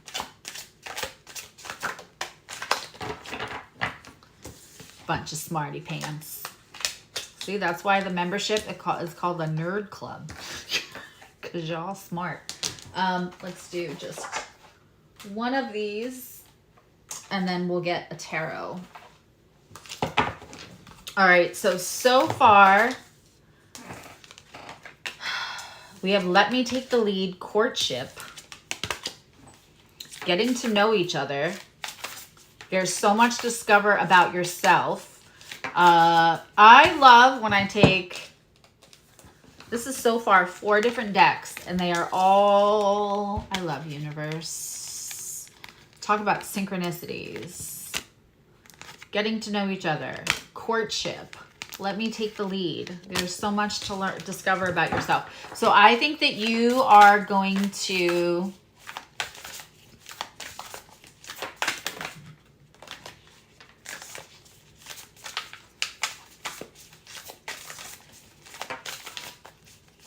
I think there's someone new to meet here for a lot of you.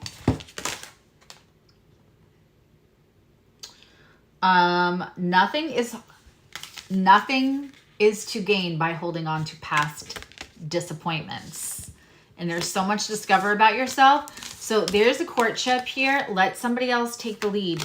This is for somebody who sells themselves often to people. Like when you meet somebody and you like them, at first you're a little badass, and then once you realize you really like them and they're starting to like you back, you're starting to like pad the insurance policy. You're letting them know why you're a keeper. Let them lead. And if you let them lead, you're going to discover stuff about yourself. What deck do I want for this? Let's just take a good old fashioned. So somebody's going to come and court you. And I think you might be single for a really long time, and letting somebody else take the lead may not be your strong suit right now. I feel like this is for new. This is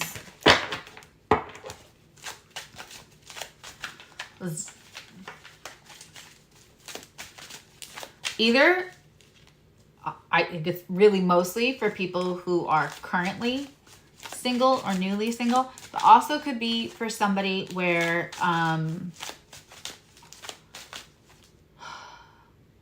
there's a little, it's already going, and there's a little anxiety about making sure you show them how good you can cook, how good you can do everything, how like giving them reasons to stay instead of just letting them take the lead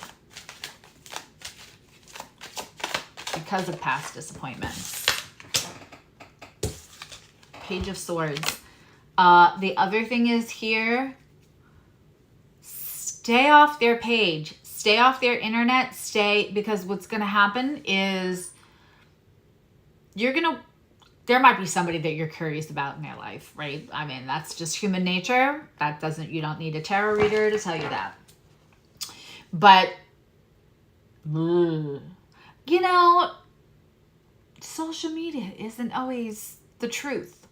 Like what you're seeing isn't necessarily like the facts of the matter. And so it looks here like there may be an issue where if you go looking, you're going to find something that's going to actually feed your insecurity, feed your past triggers of past relationships.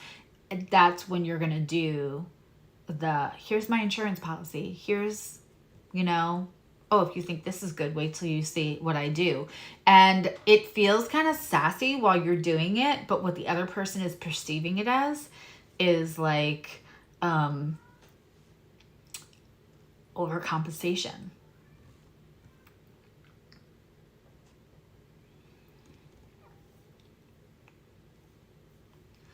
If you want to go looking for stuff, you can find it. But the thing is if you're looking on social media for it, it's probably not going to be accurate. Well, it's probably not going to be accurate. But this is, I mean, the getting to know each other, the courtship, let it happen slowly. Also, beware, and I say this, and I just said this to a friend recently. If you meet somebody and they're explaining to you how they're the best things in sliced bread, and another thing, oh, and I did this, and I'm always like this, and oh, I'm like this, and all of my relationships, if this gets to another 2 weeks, 2 months, I'll find out how you are in your relationships. Somebody who's eager to also pad their insurance policy, maybe it's a pink flag. Because there could be nothing wrong with you and you're working out of your insecurities and your past disappointments. And it's hard for you to let somebody else take the lead. Okay, I'm just going to say it. T Swift and Travis Kelce, right? One of the things that's very interesting about this is that he pursued her. He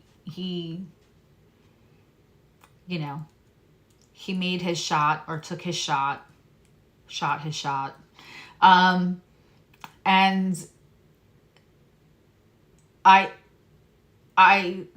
think that she is a bubbly Sag, and I think that she loves love, and I think that probably with the other relationships, she probably gave all of herself right away, and he had to pursue her a little bit. And you watch.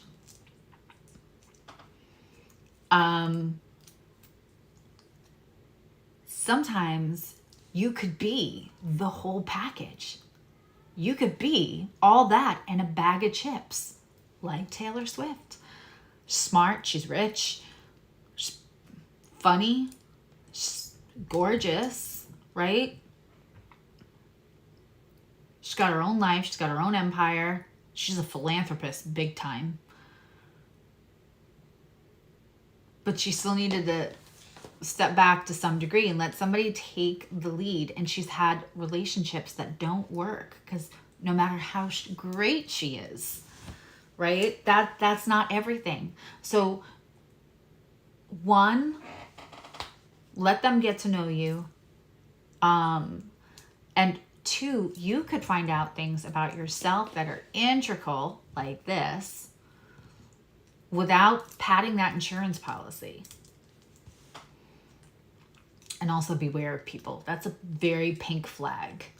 It's a sign that somebody has maybe not done all of their self-value work.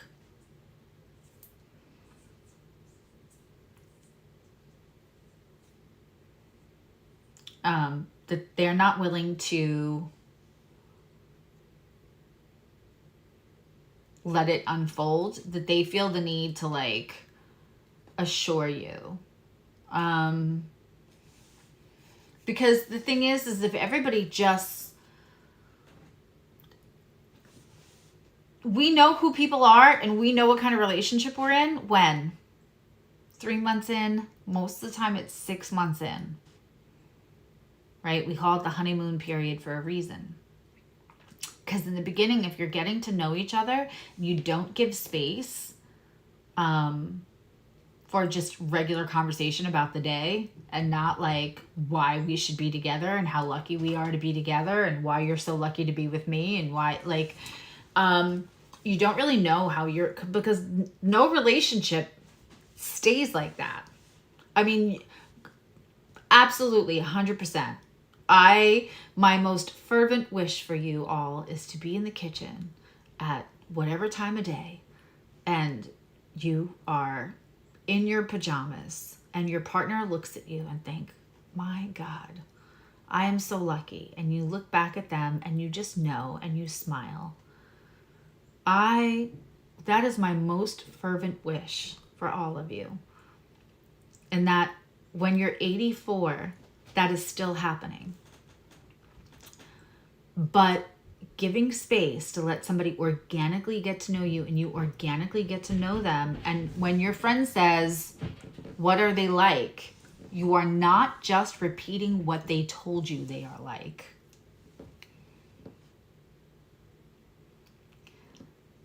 Okay, do we all get that? That is the litmus test. That is when you're like, oh my God, I met this new person, right? And your friends say, what are they like? And you realize as you're sitting here texting a million miles a minute because you're stoked, because you're high on oxytocin and serotonin, right? You're intoxicated. Love is a hell of a drug, right? So like infatuation is a hell of a drug, really. When you are texting away like a mad person, telling them what this person is like, I want you to think, are you just repeating what they told you that they are like? Or have you fully experienced any of these things before you are also doubling down? Because the second that you double down on this is who this person is, then if they are not that person, you look foolish. You will stay longer in a situation where you want to prove that you weren't wrong when you said that they were all the things that they said they were. There's so many layers to this. This is a big love reading because this looks like something new coming in. This looks like opportunity, right? So one, we don't want to sabotage something and show somebody else red flags that are out of insecurity, because a lot of times if one person can ping that the other person is far more insecure about who they are, not whether they are worth this person. If somebody pings that you are very insecure with who you are or in relationships in general, not whether they think that they're too good for you or you don't think that you're good enough for them, it is different. When they have done the healing and they can recognize that, when they understand that, right? When you get to somebody and everybody's doing the work lately, right? What they are going to be concerned with is that, is this relationship going to feel like a job where I have to reassure this person of their worth every day to the point where it takes the joy and it takes the actual partnership out of it? And are they going to sabotage this relationship because they're waiting for me to leave them?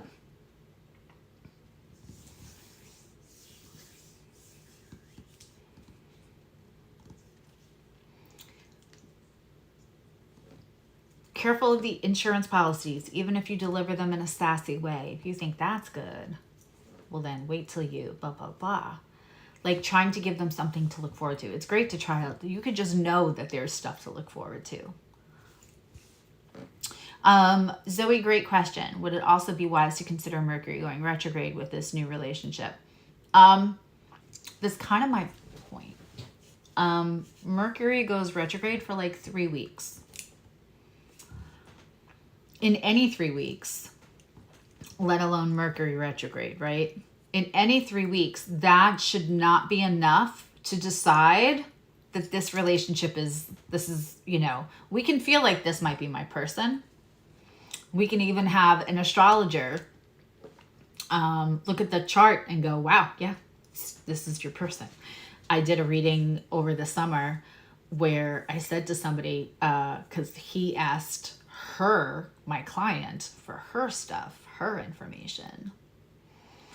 And she was like, it's interesting to meet a man, and he wasn't 20, they're not 20, that was interested in astrology and all that. And I said, well, if he's knowledgeable and when you gave him your information, if he comes back on that second date or third date and says you're his soulmate, he's not lying, right? So like you could have even an astrologer, but in 3 weeks,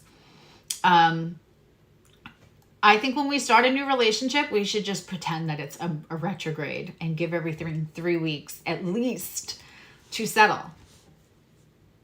You can consider courtship in a Mercury retrograde. Yeah. Would I take everything with a grain of salt? Yes, but I personally would take everything with a grain of salt anyway, for all of the reasons that I just said.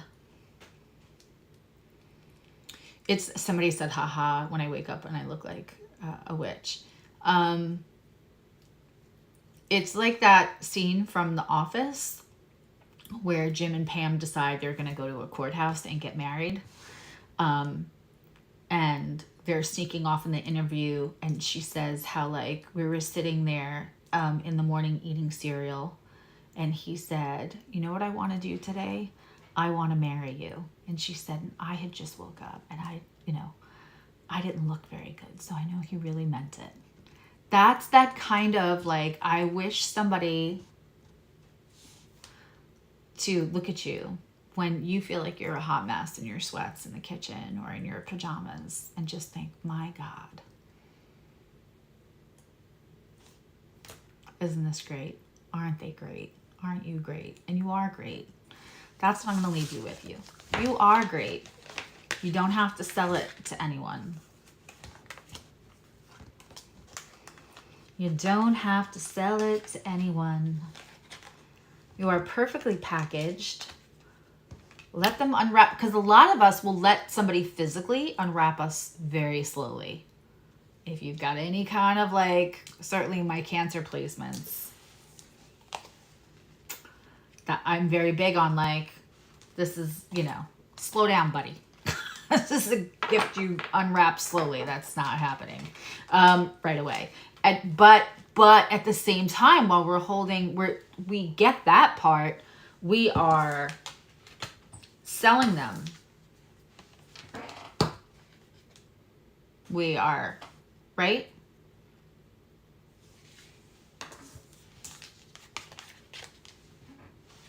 Well, I don't know if it's freaky. We'll have to agree to disagree. Being told that, like, you look amazing, or that you are amazing, just the essence of someone makes you feel joyful. What is going on with the side of my hair?